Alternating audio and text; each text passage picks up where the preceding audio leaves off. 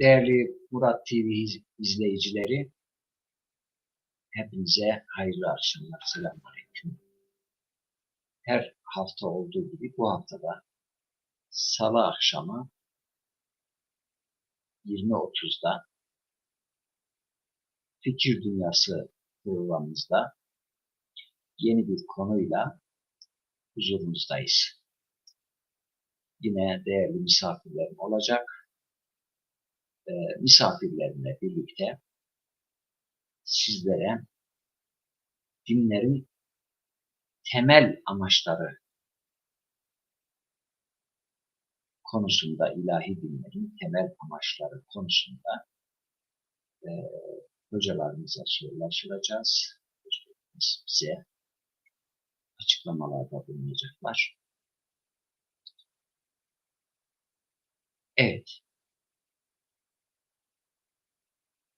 Malumunuz ilahi dinler var. Bu ilahi dinler biz bir kısmına muharref dinler diyoruz. Yani değiştirilmiş, bozulmuş dinler diyoruz. Kur'an ışığında, Hazreti Peygamber'in sünneti ışığında. Bunlara muharref diyoruz, değiştirilmiş din diyoruz. Değiştirilmemiş, günümüze kadar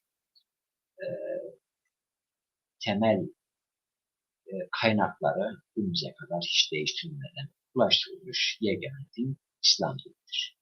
Bu çerçevede olaya bakacağız. Hem ilahi dinler çerçevesinden hem de çağdaş dinler dediğimiz ideolojiler açısından olaya bakacağız. Misafirlerim geldiler. Ben konuklarımızı ekrana alıyorum tek tek. Burhanettin Hocam hoş geldiniz. Selamun Aleyküm, hoş bulduk. Hayırlı geceler. Size de hayırlı geceler, safalar getirdiniz.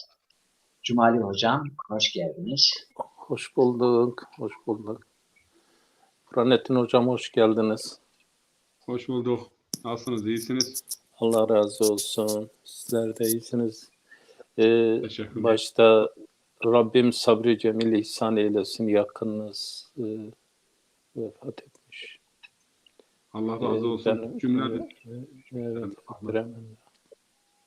Evet. Bir diğer izleyici misafirim var. Kazım Kıyatçı Bey. Hayırlı akşamlar hocalarım diyor. Hocam diyor. Hayırlı akşamlar. Hoş geldiniz Kazım Bey. Getirdiniz. Böyle biz hem ekrandaki dostlarımızla hem de bizi izleyen dostlarımızla sohbet ede böyle bir program yapacağız. Hocam, bu arada Burhanettin Hocam'ın bir taziyesi oldu. Biz deza diyoruz. Genel anlamda amcazadesi vefat etti. Taziye nedeniyle Bingöl'e geldi. Biz buradan yine kendisine başsağlığı diliyoruz. Cenab-ı Hak rahmet eylesin yakınımıza. Mekanı cennet olsun.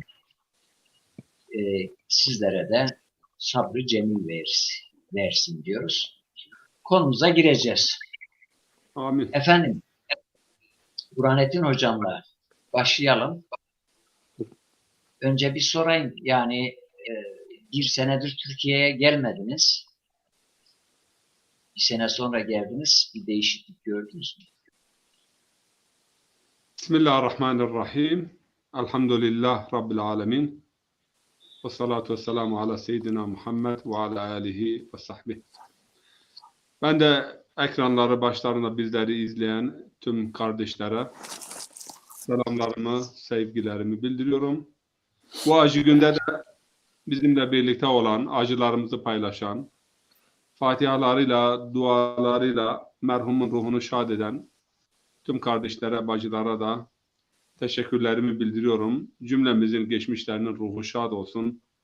Allah cümlesine merhamet eylesin, rahmetiyle, mağfiretiyle onları şad eylesin. Cennetul meva, cennetul firdevs onların yurdu, diyarı olsun inşallah. Tabii sonbahara geldik. Hazan vakti millet biraz işte gördüğüm bir önceki seneye göre ekonomik sıkıntılar var. Millet bundan yakınıyor. Yani geçen sene gibi, yani milletin morali geçen sene gibi değil. Tabii bu buraya da mahsus değildir. Bunu da izah etmek lazım. Dünyanın her tarafında ekonomik sıkıntılar vardır, krizler vardır. Ümit ediyoruz ki en kısa bir zamanda hani bir sükunet sağlanmış olsun. Bu Doğu Batı rekabetinden dolayı insanlar daha fazla acı ve ızdırap çekmesinler, sıkıntı çekmesinler. Ve öyle tahmin ediyorum ki bu yönde de gizli çalışmalar devam ediyor. Bir an önce yani bu bütün dünyayı etkileyen Ukrayna krizine bir son verilmiş olsun. Memleketimiz Hocam, için de iyisi, hayırlısı neyse onu Yüce Allah'tan temenni ediyoruz. hocam, ben bu arada parantez içinde konumuzla alakalı değil. İzleyicilerimiz yavaş yavaş geliyorlar.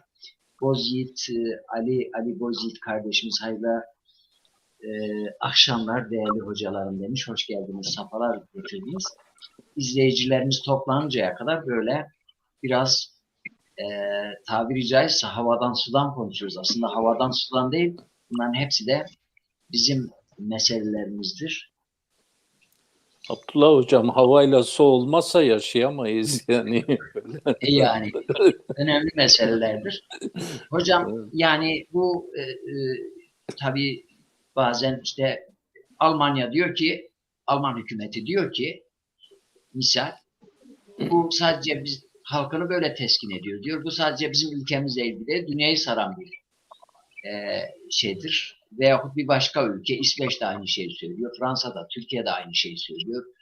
Irak'ta, İran'da, Amerika'da aynı şeyi söylüyor ama bir şey unutuluyor. Yani şunu sormak lazım.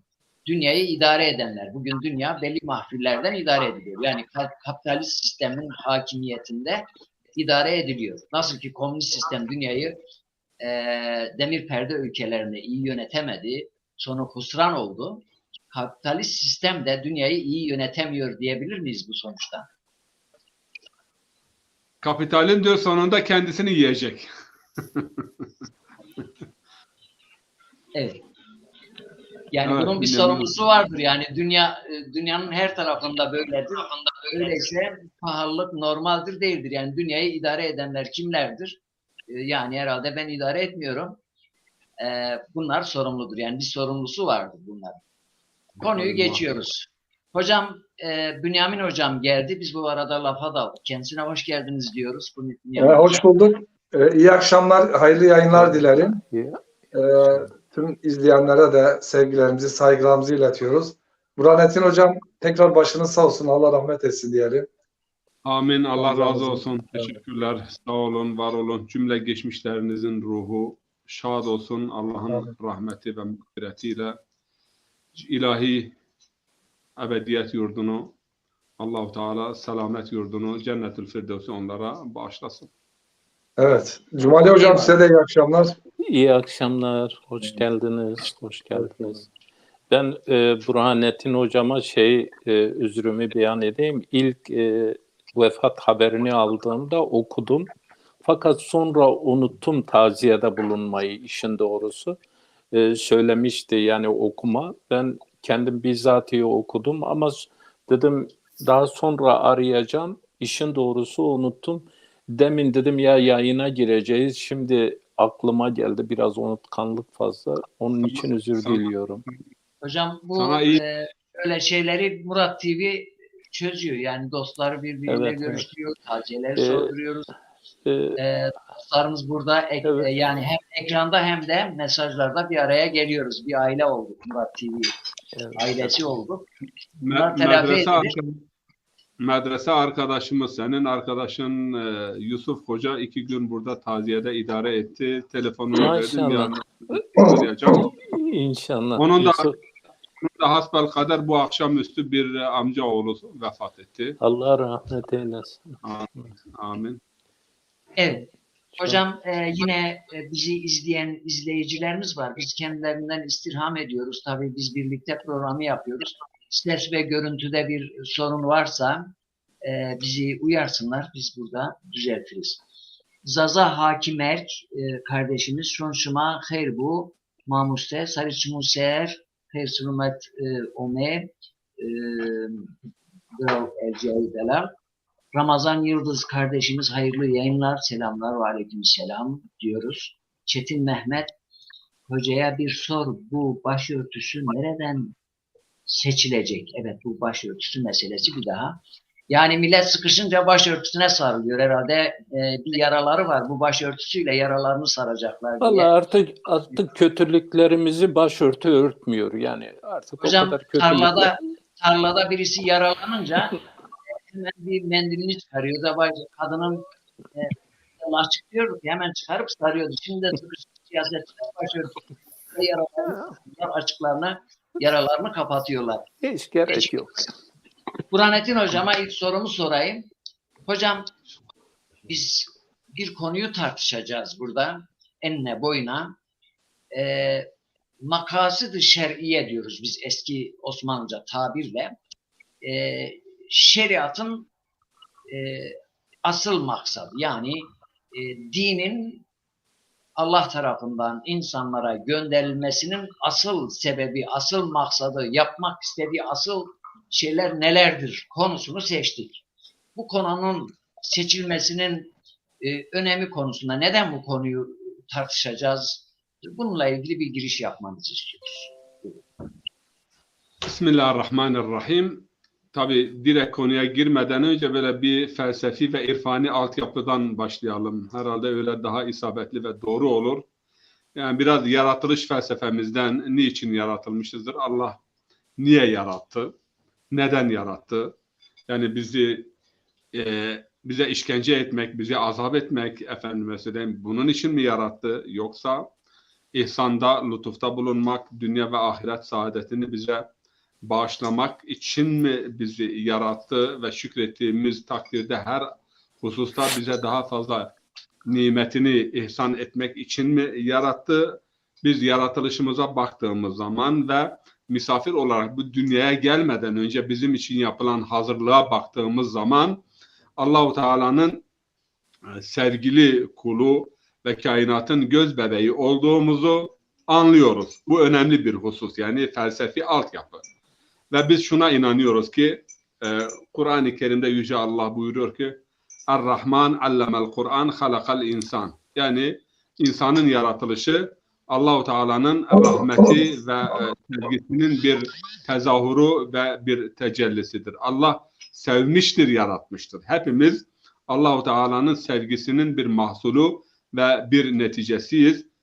Sevmemiş olsaydı yaratmazdı ve sevdiğinden dolayı da kainatın efendime söyleyeyim dide-i ekvan-ı alem, yani tabiri caizse veya zübde-i alem, hoşça bak zatına ki zübde-i alemsin sen, veya öyle bir şiir var. Yani alemin özüdür, büyük, yani alem bu insanda mundemiştir. Ve fike yentevil alemil ekber, büyük alem sendedir. Yani bunlara biz dikkat ettiğimiz zaman ve misafir olarak bu dünyaya geldiğimizde, tahmin edersem Üstad Hazretleri de bir iki yerde işaret ediyor. Yani misafire her şey hazırlanmıştır. Her türlü efendime söyleyeyim imkanlar sunulmuştur. Felsefede zaten buna inayet teorisi deniliyor. İnayet yani bir hedef ve bir maksat için lazım olan tüm imkanları ve tüm ihtiyaçları seferber etmek, teveccüh göstermek ve onun ihtiyaçları neyse bütün onları bertaraf etmek. Yani Allah-u Teala'nın varlık ve birliğinden bahsederken felsefi dilde tabii ki birçok delil vardır. Bunlardan birisi de inayet delili. İnayet delili bugünkü sohbetimizle de daha yakından irtibatı olduğu için onun üzerinde duruyoruz. O da şudur: yani biz Allah'ın sevgilisiyiz. Ve lekad kerremna beni Adem. Yani insan oğluna ikramda bulunduk. Onu yaratılışından tut bu dünya hayatında bin bir nimetle sakhara lehu şemse vel kamer. Yani gece gündüz onun emrine amade kılınmıştır. Öyleyse biz Allahu Teala'nın sevgilisiyiz. Bu dünyaya da bizi göndermiştir ama niçin göndermiştir? İki temel esas vardır. Yani biri işte o Mülk suresinde Allahu Teala buyuruyor ki huvellezî halakal mevte vel hayâte liyebluvekum eyyukum ahsanu amela.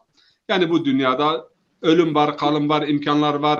İmtihan için bin bir imkan sunulmuş ama nihai hedef nedir? Ahsanu amela. Yani kim güzel işler bu dünyada. Bu dünyada kim güzel işler ve bir karne geriye bırakır. Bu bir. İkincisi de ve ma halaktul cinne vel insa illa liyabudun. İnsanları ve cinleri bana ibadet etmeleri. Biz bu ibadeti hep namazda şeklinde anlıyoruz. Tabii ki namazda oruç da içinde vardır.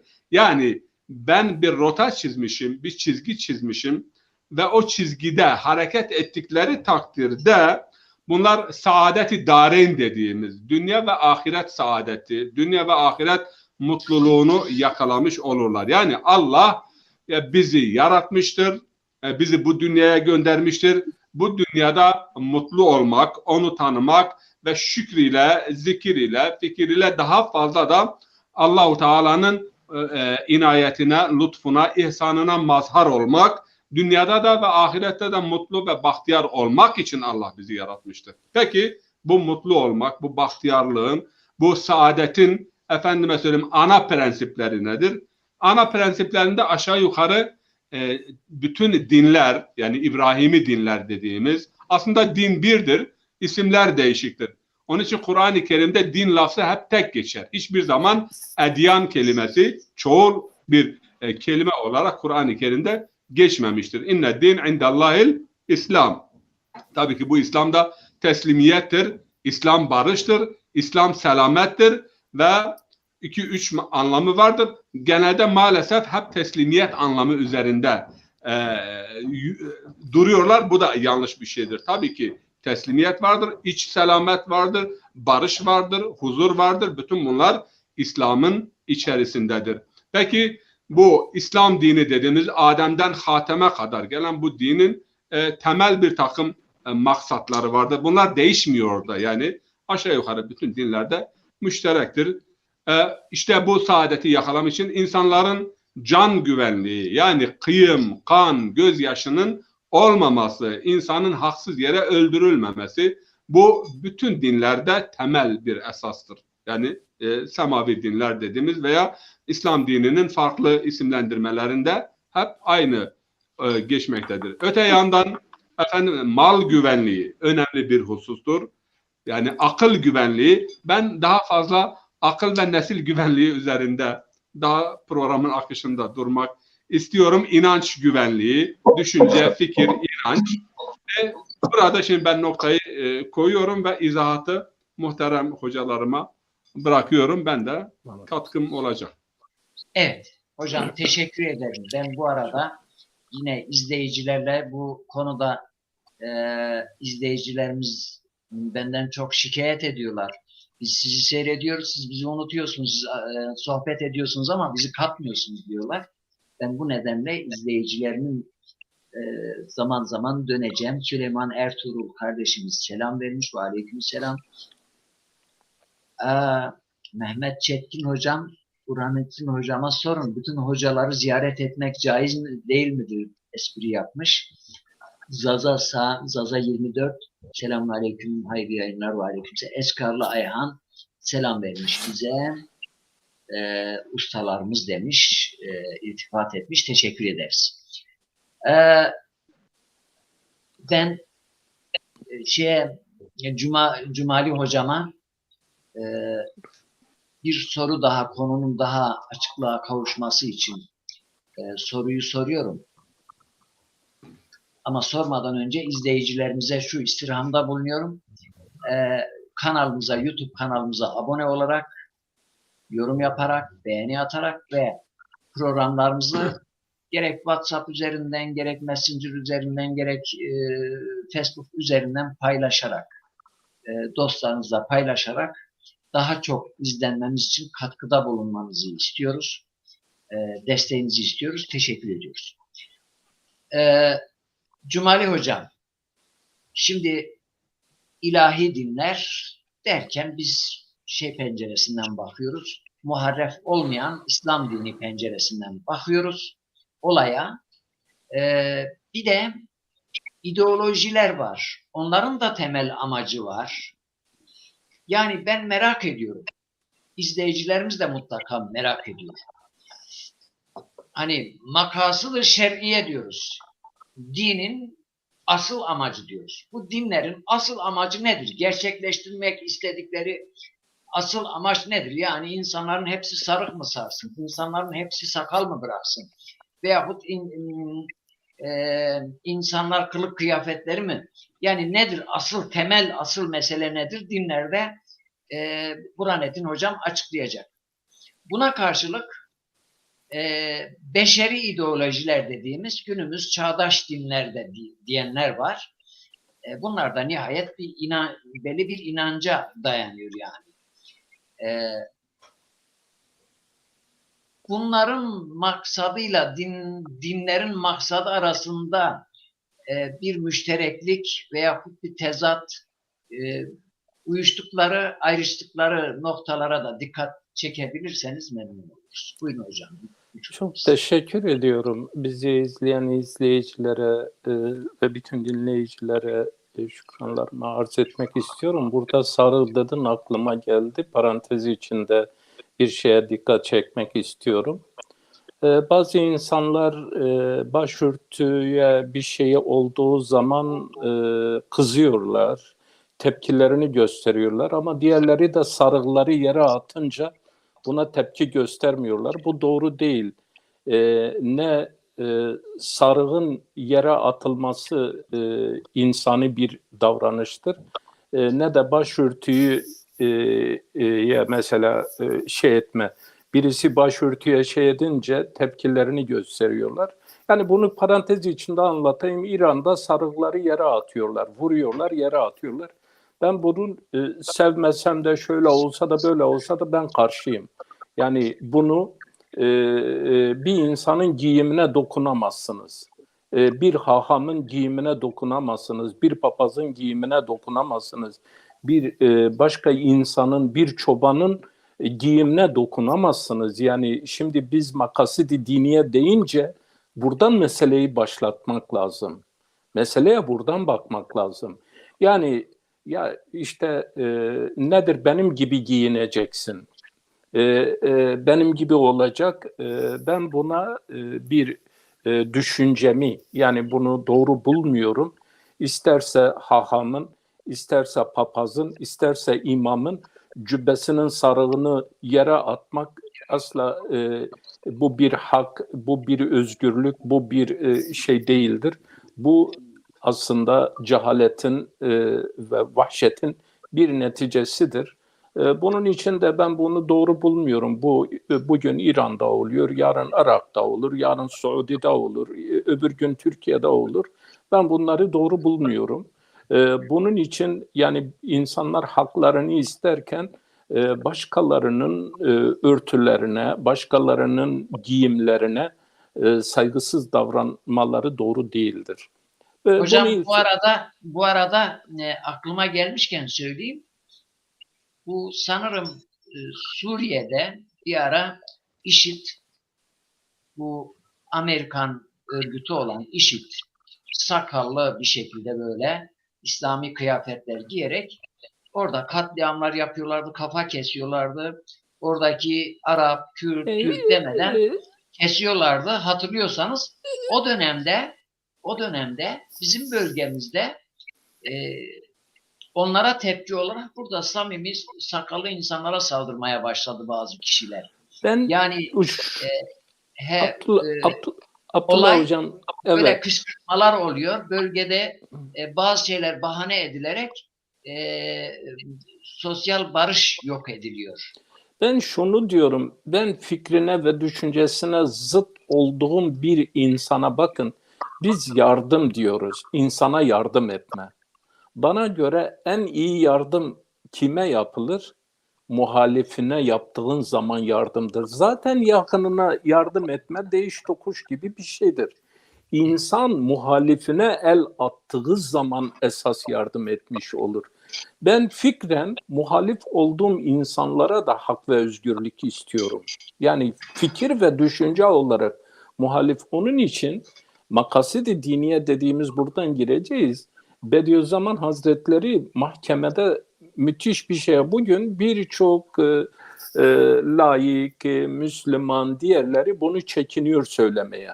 Mesela orada mahkemede şunu diyor. Diyor ki hakim bey, hakim tarafsız olmalı. Caninin de hakkı vardır. Onun hakkını kim savunacak? Bakın biz Müslümanlar sadece Müslümanın hakkını savunuruz. Diğerleri kendi taifanın hakkını savunur. Halbuki adam cinayet işlemişse cinayet işledi diye canidir, tamam, ama bunun da hakkı var. Hukuk karşısında bu adamın da hakkı var. Yani siz ceza verebilirsiniz, şu yapabilirsiniz, bu yapabilirsiniz. Ama cinayet işlemiş diye bu adamın hakkı, hukukunu kaldıramazsınız, rafa kaldıramazsınız, yok sayamazsınız. Onun için din, ben buradan gireyim, dinin bir içe bakan yüzü vardır, bir de dışa bakan yüzü vardır. Dinin dışa bakan makasıdı evrenseldir. Dinin dışa bakan bu evrensel şeylerdir. Genellikle Burhanettin Hocam, Bünyamin Hocam bu hususta onların şeyi vardır. Mesela Teftezani Maturidi ekolundan, Teftezani İbni Hacib gibi, Sadr-ı Şeria gibi, mesela buna benzer mesela birçok ulema maalesef Maveraun Nehir ekolü, Maturidi, Maveraun Nehir ekolü, bugün onların olduğu yerde Selefilik hakim. Bakın, onlar aklı esas alırken, aklı öne çıkarırken, Maveraun Nehir ekibi ekolü, şimdi makasidi diniyenin dışa bakan yönü genellikle İslam bütün insanlığı kuşatacak, kapsayacak şekilde can, mal, nesil, inanç ve akıl. Bediüzzaman diyor ki bugün beşeriyet çok ileri gittiği ilimlerle, şeylerle diyor, en önemlisi bütün bunları diyor yaşatacak hürriyet. Hürriyeti de diğer taraftan da Kur'an'ın makasidine adaleti ekliyor. Diyor ki en önemli Kur'an'ın prensiplerinden, makasıtlarından diyor adaletler. Bunu şeyde de görüyoruz. Mesela İbn-i Miskevi'de görüyoruz. O da yani adaleti hatta bütün şey olarak alıyor. Şimdi Burhanettin Hocam felsefi olarak hakikaten güzel bir noktaya işaret etti. Dinler doğuş itibariyle, varoluş itibariyle ilahi dinler tekamül sürecini yaşadılar Efendimiz'e kadar. O zaman ekmeltu lekum. Yani dinlerin biz diyemeyiz ki Efendimiz'den önceki din niye İslam dini gibi değil? Kardeşim, bir tekamül süreci dinler yaşıyor. Bir çocuğa benzetirsek, bir insana benzetirsek, bir çocuğun doğumu vardır, yürüyüşü vardır, konuşması vardır. Ondan sonra da araba yapması vardır. Ondan sonra binmesi vardır. Şimdi İslam makasıtları ortaya koyarken ferdin ve toplumun zaruretlerini, insanın mesela çocuğunla gencin ihtiyaçları aynı değildir. Çocuğun ihtiyaçları bisküvidir, süttür. Ama genç olunca bu defa toptur, futboldur, ne bileyim müziktir. Mesela örneğin bazı İslam alimleri geçmişte bazı şeyleri zaruriyat-ı diniye olarak tarif etmişlerdir. O çağda o onun için geçerlidir, doğrudur. Ama bugün bana göre zaruriyet-i diniyeden birisi iletişimdir. Niye? Şimdi adama en büyük cezayı insana vermek istiyorsan telefonunu elinden al. Yani telefonunu aldın mı en büyük cezayı vermiş oluyorsun. Kabul et, isterse kabul etme, çünkü iletişim. Onun için İslam bu tür şeylere belli esaslar getirmiştir. Mesela Burhanettin Hocam da bunları Bünyamin Hocam da izah edecekler.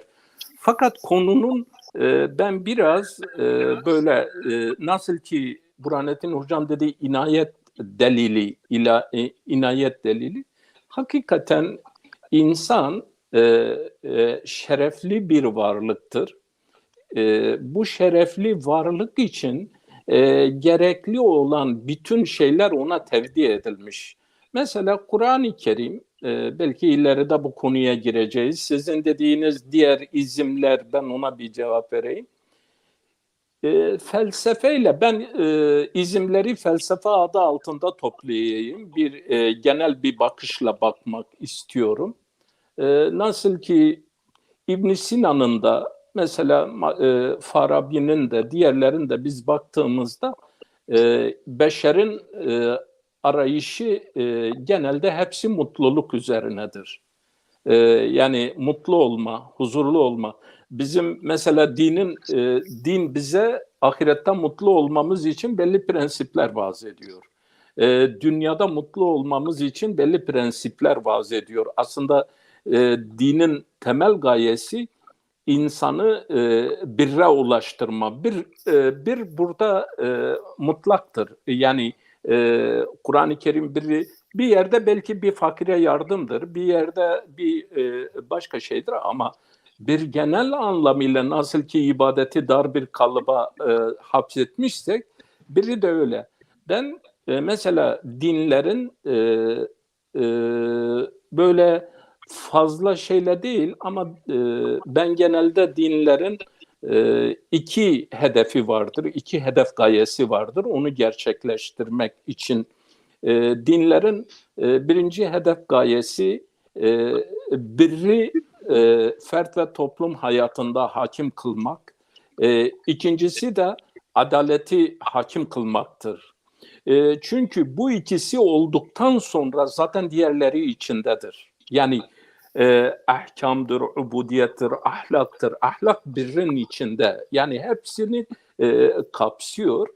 Bu vesileyle biz Kur'an-ı Kerim'de bunu hutbede her cuma okuyoruz. İnna Allaha ya'muru bil adli vel ihsan. Buradaki ihsanı biz bir olarak alabiliriz. Yani şey olarak Kur'an'ın esas hedef gayesi insanları iyiye ulaştırma ve insanlar arasında adaletle hükmedilmesi. Ama felsefeyle dinin hedef gayeleri birbiriyle zaman zaman örtüşür ama zaman zaman da farklıdır. Ben burada şunu parantez içinde yanlış anlaşılmasın arz etmek istiyorum. Ben dini devlet olarak, nizam olarak, sistem olarak düşünmüyorum. Çünkü ben dini bunların üstünde düşünüyorum. Yani dini bir devlet olarak, bir sistem, bir nizam olarak düşünmüyorum. Bu dini daraltmak olur. Bunların üstündedir din. Yani din bunların üstünde. Yani mesela örneğin devlet bir ırkı temsil edebilir ama bütün ırkları temsil edemez. Bir nizam bir kitleyi mutlu edebilir ama bütün diğerlerini mutlu edemez. Bir sistem çok güzel olabilir ama başkalarının dışarıda kalabilirler. Din öyle değil. Dinin gerçekten Hazreti Adem'den hocam çok güzel şeydi, hateme kadar dedi ki Efendimiz'e kadar bütün hepsini kıyamete kadar kapsayıcı bir özelliği vardır. Bu yönüyle bazı konularda müşterek hedef gayeleri olsalar bile dinin ve ideolojilerin asıl hedef gayeleri aynı değildir. Çünkü biri sadece tek hayata bakar, diğeri ise her iki hayata birden bakar. O açıdan meseleyi böyle kısa ve bakışımı, görüşümü arz etmiş olayım. Buyurun hocalarıma sözü bırakayım. Teşekkür ederim. Bünyamin Hocam, Evet. aslında makasıdı şer'iyeyi özetlemişler. Birçoğu daha fazla, birçoğu daha az maddeler sıralamış ama şöyle mesela zarurat-ı hamse 5, yani dinin asıl zaruri olarak en çok hedeflediği, temel kurallarında hedeflediği 5 şey var. Canın korunması, aklın korunması, namus ve haysiyetin korunması, dinin korunması ve malın korunması. Şimdi bu pencereden baktığınızda aslında bütün ideoloji, yani beşeri ideolojilerin de maksadı budur. Yani bu noktada İslam'ın hedefiyle beşeri ideolojilerin hedefi arasında yani çatıştığı ve ayrıştığı noktalar konusunda Evet. tespitlerimiz var. Evet. Tekrar herkese iyi akşamlar dilerim, iyi yayınlar. Yani doğru, sizin de belirttiğiniz gibi şimdi insan ele alındığında, hani insanın doğduğu zaman hayvandan bir farkı var. İnsan çok cahil ve bilmez olarak doğuyor. Yani bir yılda ancak yürümeyi öğreniyor, 2-3 yılda konuşmayı öğreniyor. İşte 20 yaşına kadar ancak bir meslek sahibi ancak olabiliyor. Ama hayvan mesela yumurtadan çıkar çıkmaz sanki bir fakültede eğitim görmüş de öyle gelmiş. Bir bakıyorsun hayat için bütün o şartları yerine getirebiliyor. O nizama uyuyor. Arı görevini yapıyor. İşte mesela sivrisinek üstadın tabiriyle kalorifer harbini sanki öğrenmiş gibi çıkar çıkmaz gidiyor, vuruyor, kaçıp geliyor, yani vur kaç taktiği. Şimdi bu insanla hayvan arasındaki fark insanın farklı bir konumunu bize gösteriyor. Bir, doğarken bir bilmez olarak doğuyor. Yani cahil olarak doğuyor. Bir ilme, bir marifete ihtiyacı olduğunu gösteriyor. Bir eğitime ihtiyacı olduğunu gösteriyor. İki, mesela hayvan yaşantısına bakıldığında zaten tamam özgürdürler ama kabiliyetleri gereği sınırlı bir hayatları olduğu için sınırlı müdahaleleri söz konusu. İşte güçlü canavarlar zayıfları parçalıyor, yiyor. İşte böyle belli bir alanda serbest hareket ediyorlar. Ama insana bakıldığında insanın fıtratında ona bir irade verilmiş, bir özgür irade verilmiş, bazı yetenekler verilmiş. Yani bu yetenekleri zaten görüyoruz. Bu fıtratımızda bu yeteneklere, bu iradeye bir had konulmamış, bir sınır konulmamış. Biz alabildiğine, istediğimiz gibi davranma gibi bir hürriyete, bir güce sahibiz. Yani görüntüde. Şimdi demek ki bizim ilme ihtiyacımız var insan olarak. Bir eğitime ihtiyacımız var yani. İki, biz fıtraten getirdiğimiz o yetenekler, irade bize çok serbest bir alan tanıdığı için biz bazı yanlışlıklar yapabiliriz. Neden yapabiliriz? Çünkü toplumsal bir varlığız. Yani insan doğuştan itibaren hani medeni bir varlıktır denir ya. Fıtraten medenidir insan. Bir toplumla beraber yaşıyor. Bir toplumla ilişkileri var. Yani bir aile gibi temel toplumsal bilimden tutun da bir daha geniş gruplara, daha toplumun en üst düzeyde örgütlenme biçimi olan devlet yapısına kadar geniş bir halka oluşturuyor insanoğlu. Şimdi böyle toplum içinde yaşayan bu insan ve onun o iradesine de herhangi bir sınırlama konmadığı için iradesine, çünkü yaratılışımızdan öyle. Yani mesela hayvanın bir sınırı var, bir alanı var ama insanda bir sınır yok. Kalkar, oturabilir, gezebilir, istediğini söyleyebilir, konuşabilir, herhangi bir hareket edebilir. Yani bir serbestiyet var insanoğlu. Toplumda yaşadığı için o insanın, hani ben biraz da Burhanettin Hocam'ın gibi işin felsefe boyutundan hareketle biraz şey diyeyim. Toplumda yaşadığı için o toplum ilişkilerini düzenleyecek bir kısım kurallara ihtiyacı vardır.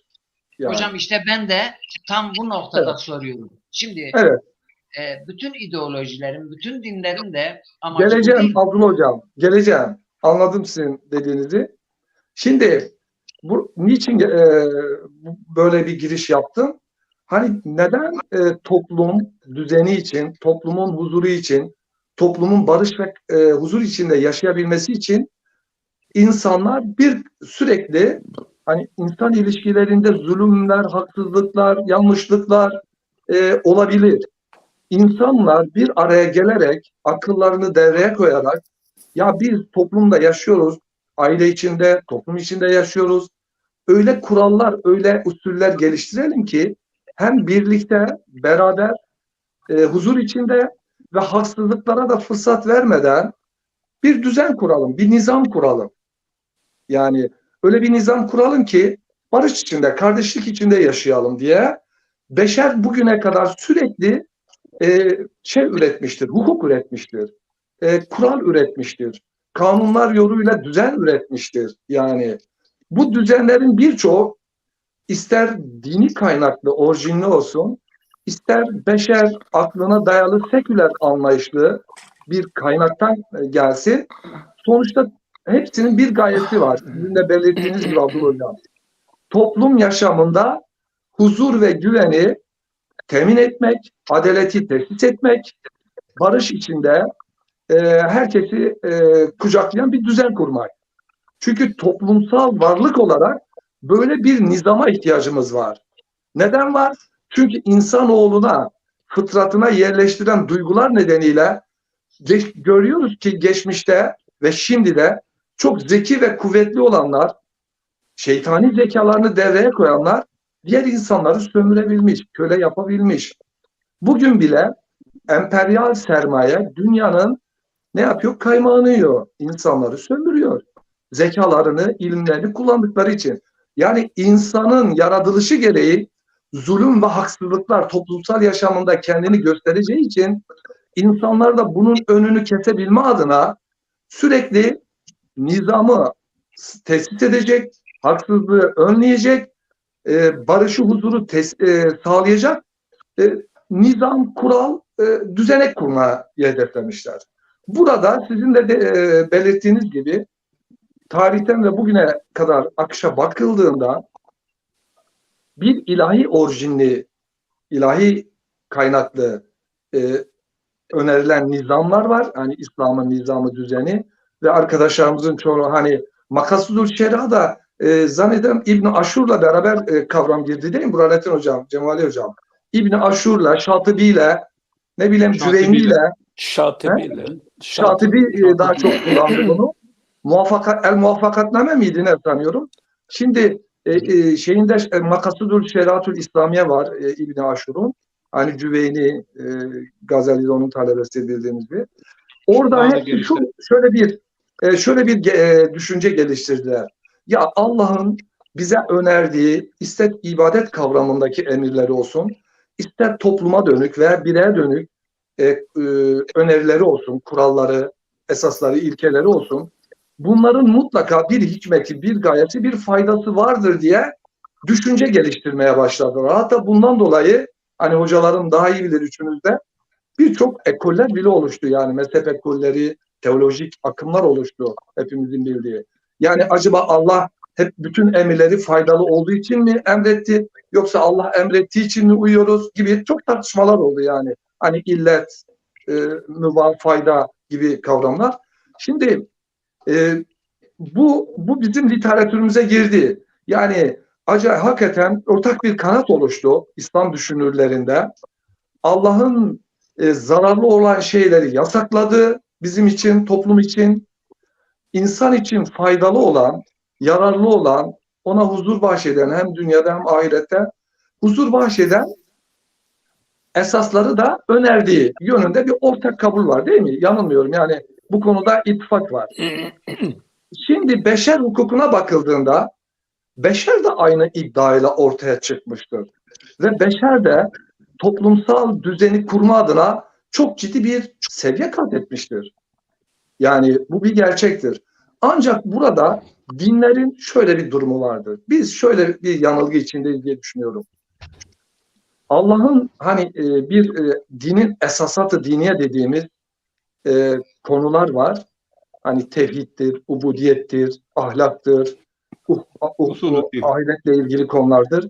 Bir de Allah peygamberler eliyle o günkü toplumlarının önünü açma adına da olsa o bir nizam kurma adına temel kural ve ilkeler de önermiştir peygamberler eliyle.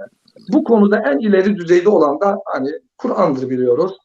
Kur'an'ın toplum nizamını sağlayan esasları vardır yani önerilmiştir. Az da olsa vardır. Ama şunu biliyoruz ki burada makasudül şeriayı çok iyi anlamak gerekiyor. Yani Kur'an'ın öğrendiği toplumun huzuruna dönük önerdiği kurallarda acaba oradaki asıl maksat nedir? Mesela Kur'an zinayı yasaklıyor. Adam öldürmeyi yasaklıyor. Bunu önlemek için mesela zinaya müeyyidesi var. Adam öldürmeye hani kısas önermiştir. Tabii anlaşılırsa değil mi? Şeyde söz konusu. Bunun gibi toplum nizamına dönük, toplumsal yaşamı düzenleyen hukuki kuralları da var. Ve İslam uleması da bu temel ilke ve kurallara dayanarak sürekli içtihatlar yoluyla toplumun zaman içerisinde doğan ihtiyaçlarını karşılamaya dönük de sürekli hukuku geliştirmişler. Kurallar, içtihatlar, kıyaslar yoluyla geliştirmişler. Şimdi beşerle ilahi nizam arasında nasıl bir fark var?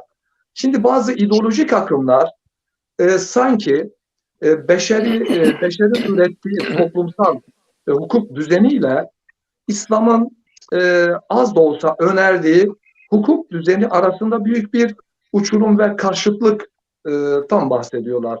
Bunun doğru olmadığını düşünüyorum ben. Yani mesela Kur'an'ın önerdikleriyle tek fark Kur'an'ın önerdiği toplumsal esasların birçoğu mesela değiştirilemez. Kur'an hükmü olduğu için, iman ettiğimiz için değiştirilemez. Ama büyük çoğunluğu da içtihada açık kıyaslar yoluyla geliştiren bir alanı kapsar. Ama beşerin önerdiği toplumsal kurallar, toplum düzenine ilişkin normlar daha çok değişime sürekli açıktır. Sürekli yeniliğe açıktır. Bu gerçeği kabul etmemiz lazım. Çünkü beşer diyor ki ben sürekli bir gelişim içerisindeyim ve sürekli de değiştirmek ihtiyacıma göre bunu geliştirmek istiyorum ve bu doğrudur diyor. Ve tarihe de bakıldığında sürekli değişen bir düzenle karşılaşıyoruz. Bu konuda İslam'ın gerçekten kurallarının toplumsal kural için söylüyorum. Ubudiyet değişmez asla. İşte tevhid değişmez.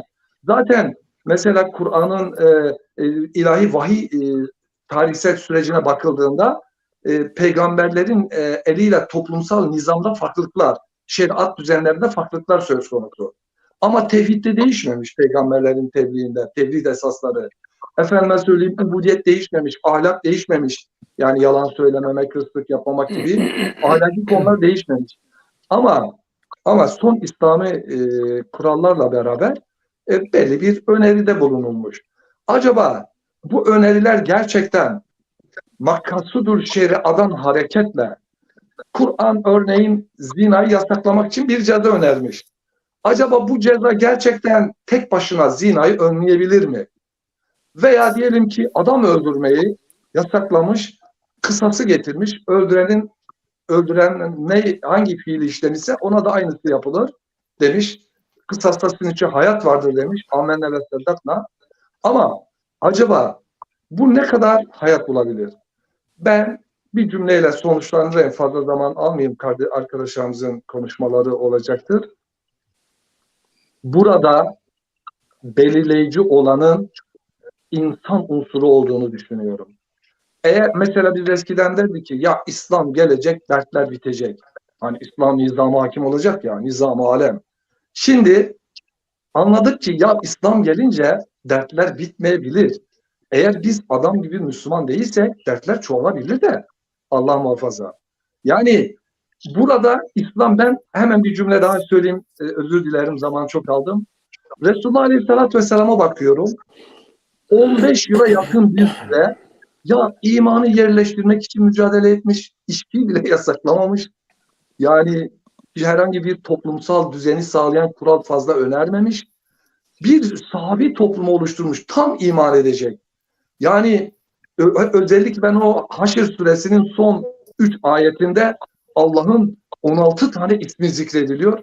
Hani la yestevi eshabınlar var ya, Ya orada Mekke'de tamamen Allah tasavvurunu yerleştiriyor. Diyor ki böyle bir Allah'a inanın diyor. Ahlakı işliyor. En son Medine'ye geldiğinde Cenab-ı Hak ona hem yeryüzünün hakimiyetini sağlıyor, hem dininin kalplerde, gönüllerde yer etmesini sağlıyor ve gerçekten Allah ona en sonunda da dini yeryüzünde hakim olacak şekilde bir imkan sunuyor. Demek ki yani önce insan olmalıdır ki bu nizam, İslam'ın nizamı hedeflediği o faydaları e, doğurabilsin, sonuçlandırabilsin. Bir de bu toplum şeyle ilgilidir ama özel yaşantıda Allah'ın istediği kad aflaha men zekkaha veya kad khabe men kad aflaha men tezekka gibi, yani temizlenenler kurtuldu. Bireysel emirlerinde, ubudiyette ve tevhidde o tüm şeyler üstüdür, düşünceler üstüdür. Hiçbir modern anlatı, hiçbir ideoloji ve ahlaki öğreti Kur'an'ın bireye ve aileye önerdiği, onu temizleyen o kuralların yerini tutamaz ve tutmamıştır. Ama toplumsal nizam için bizim çok açılıma, çok geliştirmeye ihtiyacımız var düşünüyorum. Teşekkür ederiz hocam. Hocam o kadar akıcı, güzel konuşuyorsunuz ki sözünüzü bölmüyorum. Yani bir bu kadar konuşsanız da bölmek istemiyorum. Estağfurullah ya, estağfurullah. Teşekkür ederim. Tüm konuşmacılarımız aynı şekilde. Ama daha hızlı gitmemiz için biraz daha hızlı kesit gitmemiz gerekiyor. Ben yine izleyicilerimize şöyle bir bakalım. Abdülmelik Hocam burada Korkut Ata anayasa değil kararnameler de demiş. Söz arasında geçmişti. Deza Sarı herkese hayırlı akşamlar. Hoş geldiniz. Fatma Dalgıç, Kur'an'da insan yasaklanmış. Bugün Orta Doğu neden kan gölü? Zina yasak ama fazla eşlik, hatta yaşı küçük çocuk evleniyor demiş. İsmail Baytemur, Şevşima Veşit demiş. Hayırsın Medine. Mehmet Çetin hocam, Müslümanlardan üfürükçü olduğu için üflemiyorlar insandan, kandırıyorlar. Yalan çok, dost kazığı çok, yalan söylüyorlar. Hak yeniyor, Müslümanlar yalancı ve katildiler, kan akıtıyor şeklinde değerlendirmeleri buraya aktarmış. Buna benzer, yani ahlaki çöküntüye dikkat çekiyor hocamız. Emin Saraç hocam, selamun aleyküm, hayırlı yayınlar. Dilerim değerli hocalarım, aleyküm selam. Evet, böyle izleyicilerimizden evet, Zazaca diye bir yayın var. Selamun aleyküm, Rusya. İstekli olmaya çalışıyorum diyor. Yardımcı olarak işliyorsunuz. Tebrikler diyor. Yani herhalde Rusya'da çalışıyor arkadaşımız. Oralıdır. Dini konularda bilgi sahibi olmak istiyor. İstifade ettiğini anlatmaya çalışıyor anladığım kadarıyla. Evet. Bu biraz kısa bir şekilde tamamlanmışsa memnun oldum. Evet. Biz soruyu anladık. Bunlara da arada şey yaparız.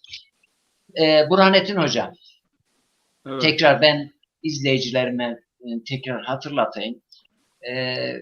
YouTube kanalımıza ve Facebook grubumuza abone olarak, like atarak, beğeni atarak, yorum yaparak, programlarımızı dağıtarak, yani paylaşarak bize destek olmanızı istiyoruz. Biz yani bizim şu dost meclisimizde yaptığımız sohbetin böyle daha çok izlenmesi açısından tabii ki faydalı buluyorsanız, beğeniyorsanız abone olun, destek olun diyoruz.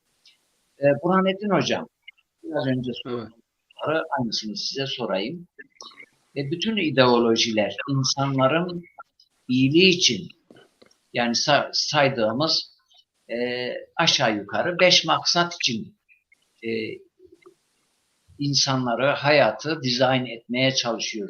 Canın korunması, aklın korunması, namus ve haysiyetin korunması, dinin korunması, yani din derken düşünce, fikir içine girer. Yoksa dini nasıl koruyacaksın? İnanç özgürlüğü. İnanç, yani herkesin düşünce ve fikir düşüncesinin korunması. Yani Hristiyanlık bir dindir veya başka bir ideoloji bir dindir. Herkesin düşüncesini, fikrini korumak, güvence altına almak anlamındadır. Ve beşincisi malın korunması. Şimdi son muharref olmayan din olan İslam dininin diğer dinlerden ve ideolojilerden farklı bir iddiası nedir? Bu noktadan başlamak. Burada yine ben bir felsefi kilit vurmak istiyorum. Yani felsefi bir yönüyle konuya giriş yapmak istiyorum. Şimdi İslam dininin iki boyutu vardır değerli kardeşler, bacılar. Marifet boyutu, maişet boyutu. Maişet, günlük hayatın idamesi, hukuk, fıkıh, dünya hayatının tanzimi, sevk ve idaresiyle ilgili bölüm maişettir. Tabii dinin bir de marifet boyutu vardır. O maişet aynı zamanda muamelattır değil mi? Muamelat da denilebiliyor mu? Hayata dizayn etmek, hayata çeki düzen vermek, Evet, hukuktur, muamelattır, sosyal konulardır.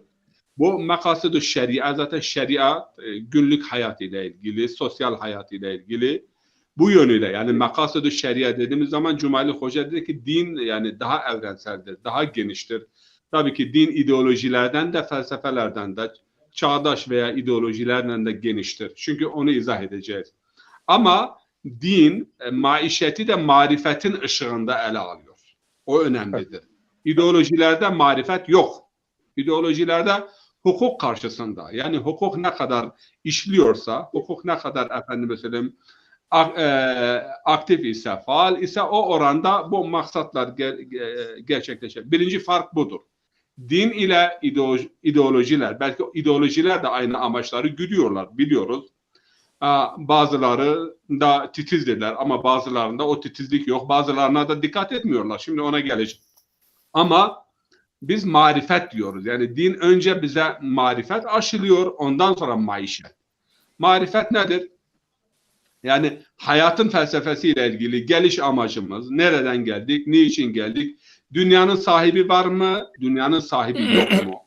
Yaptıklar kaydediliyor mu, kaydedilmiyor mu? Bu çok önemlidir. Dünya görüşü çok önemlidir. Yaptıklarımdan dolayı ben sadece insanlara karşı sorumlu değilim. Daha insanlardan ziyade Yüce Rabbe karşı sorumluyum. Bazen mesela bu tartışılıyor Avrupa'da. Polis acaba görür mü, görmez mi? Şimdi bizim gibi insan olan bir polis veya hukuk ama biz kiramın katibine inanıyoruz, ilahi kameraya inanıyoruz ve daha önemlisi de ilahi adalete inanıyoruz. Yani bu dünyada yaptığımız bir cinayet veya bir kıyım veya bir şey belki cezamızı görmeyeceğiz. Yanımızda beşeri olarak baktığımız zaman kar kaldı. Çünkü ceza görmedik, müeyyide uygulanmadı. Ama dinin marifet yönü devreye girdiği zaman yanımızda bir şey kar kalmıyor. Yani yaptıklarımız efendime söyleyeyim tescil ediliyor, kayda geçiyor, kitap halinde, CD halinde veya karne halinde bunu göreceğiz ve ilahi mahkemelere de bu intikal edecektir. Bu önemlidir.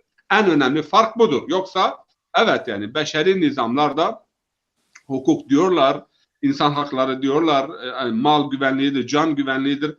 Akıl, haysiyet veya nesil güvenliği konusunda İslam'ın titizliği diğerlerinde yoktur. Bakın mal güvenliği inanç konusunda ve inanç konusunda da o serbestlik veya mesela inancını yaşayabilme biz gördük yani. Mesela şimdi bütün Avrupa ülkeleri biraz önce mesela İran örneği verdi, orada yok niye başörtü veya Suudi Arabistan. Ama Fransa'da başörtü yasağı var, kimseden ses çıkmıyor. Ya niye yasaklıyorsun? Eğer yani adilane düşünürsek ya taksın takan taksın, takmayan takmasın. Ama Batı ülkelerinde benim şahsen yani doktor, mühendis kızlarım var. Savcı ve hakim olacaktı. Başörtüden dolayı olamazsın. Şimdi bunları da farklı yönleriyle bakmamız lazım. Bir diğer hep işitiyoruz bunu. Orta Doğu'da hep kan, hep gözyaşı. Vallahi ve billahi Orta Doğu'da dökülen kanlarda, gözyaşlarının da ve savaşların da arkasında planlayanlar başkalarıdır.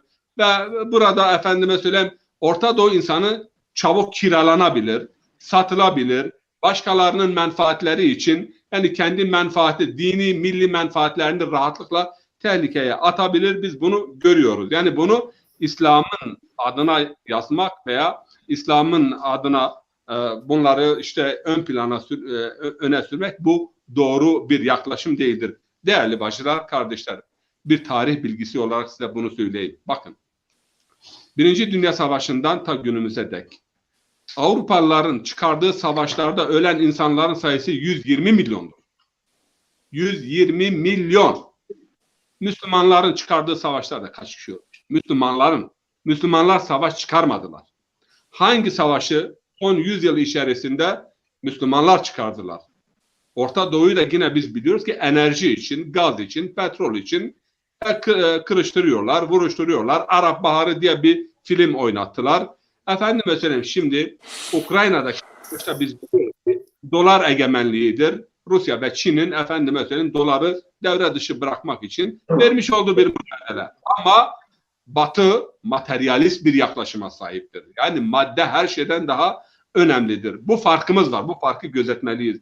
Uygulamada da polis gördüğü kadar hukuk etkili olduğu oranda bu maddeler geçerlidir fert anlamında, birey olarak. Ama bir Müslüman birey, yani bir insanın canına kıydığı zaman buna inanıyor ki yani ben bunun hakkını ebedi yurtta, ilahi mahkemede yani bunun cezasını çekeceğim. Veya bir hırsızlık yaptığı sadece zaman. dünyada değil, ahirette de çekeceğim. Tabii. Ahirette yani, zaten dünyada eğer cezasını gördüyse gördü ama görmezse ahiret yönü de vardır. Ahirette var. Zira akıl konusunda, bakın akıl konusunda hakikaten benim saptadığım, gördüğüm şudur. Yani batılı devletlerde belli bazı çevreler vardı, akil çevreler. Onlar idare ediyorlar. %10 mudur, 15 midir? Ama diğer taraftan aklın zevali, aklın işlememesi, aklın bulanması için yani tüm imkanlar seferber olmuştur. Yani diskolarından tutun, içkiden tutun, uyuşturucudan tutun. Bizim buralarda da şimdi oradan az değildir. Ama din bütün bunlara yasak getiriyor. Ve Allah'tan korkun. Yani bir insan eğer içki, kumar veya uyuşturucu veya min ameli şeytan diyorsa yani insanda önce bir bilinç yaratıyor. Yapmayın bunu. Bak bu şeytani ameldir. Yani sana da dokunur. Yani din o bilinci veriyor. Sen başkasının çocuğunu zehirlediğin zaman bu yani karma dediğimiz bir dönüş yapıyor. Yani sen bundan korunma altında veya dokunulmazlığın yok. Bu bir bilinçtir. Haysiyet meselesiyle ilgili. Yani kendini düşün ve binlerce bu yönde mesela rivayetimiz vardır. Ama ideolojilerde hukuk. Yani hukuk bunu yasaklamıştır. Yani zina konusunda zaten biliyorsunuz Batı şeyinde bu bir suçmuş değildir. Son olarak maalesef Almanya'yı örnek vereyim. Yani akraba ile ilgili anne ve bacı ve çocuk ile zinası ile ilgili olarak 124. madde vardı. O madde yani müeyyide uyguluyordu. Onu da kaldırdılar. Yani bir anne evladıyla cinsi münasebete geçerse veya bir bacı kardeşiyle suç olmaktan çıktı. Ama bu konuda yani nesil güvenliği bu artık ciddi bir mesele değildir. Beşeri ideolojilerde öyle bir sıkıntı şimdi söz konusu değildir. Akıl güvenliği, aklın selameti. Bakın değerli kardeşler, Kur'an-ı Kerim'de akıl kelimesi akıl olarak geçmiyor. Lüb olarak geçer. Ulul elbab 16 ayeti kerimede. Neden lüb geçiyor da akıl geçmiyor? Akıl fiil olarak geçiyor. Yani aklını kullanmıyor musunuz? Aklını kullanmıyorlar mı? Yani 200 küsür yerde bu ifade geçiyor. Ama akıl isim olarak geçtiği zaman lüb. Lüb demek yani saflığını, berraklığını, temizliğini, rafine olmuş akıl. Yani şehvetin etkisinde, kudretin etkisinde, maddeperestliğin etkisinde, ideolojilerin etkisinde olmayan o saf, berrak ve temiz akıl için lüb kelimesi kullanılıyor. Ve ulul elbab her zaman övülüyor. Yani o saf akla sahip olan. Onun için aklın muhafazası. Bu bizim için önemlidir. Aklın muhafazası. Bugün hakikaten her şeyden daha fazla insanların aklı, efendime söyleyeyim, hedef alınmıştır. Yani bu sosyal medyayla ilgili olsun, iPhone telefonlarla ilgili olsun. Yani öyle bir şekilde insanlar sarhoşlanıyor, öyle bir şekilde meşgul ediliyor ki hiç farkında bile değillerdir. Ama bu insanlar hepsi de ben özgür bir insanım. Özgür. Ya senin neren özgür? Başkası seni sabah akşam eline bir iPhone vermiş, yönlendiriyor. Yani sosyal medyadaki hakikaten %10 eğer temiz bir bilgi var ise %90'ı kirli bir bilgi ve kirli bilgiden ziyade de fuhuş, münkerat, ahlaksızlıkla yani sen yönlendiriliyorsun. Ondan sonra bir de ben özgürüm, özgürüm diye diyor ki şairin biri aşıkın biri maşukuna dedi ki ya ben senin için canımı feda ettim, malımı feda ettim, neyim varsa hepsini feda ettim. Maşuk dedi ki ya seni bu fedakarlığa sürükleyen bendim. Sen kim oluyorsun ki bunları yapıyorsun? Ben seni yani bu fedakarlığa sürükledim.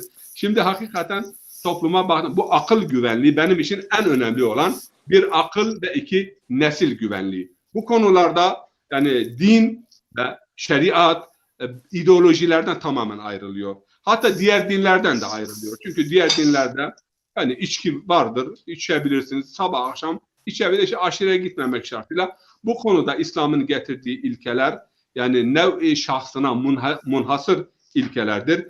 İki yönü dediğimiz gibi vardır. Marifet boyutu vardır, maişet boyutu vardır. Ya diyorsan yani hukuk ve ahlak çerçevesinde yaşamak istiyorsan şunlara dikkat et. Dikkat etmesen hasirü dünya vel ahire olursun. Ama dinin maksadı hasirü dünya vel ahire değildir. Saadetü dareyn deniliyor. Yani peygamberler göndermiş.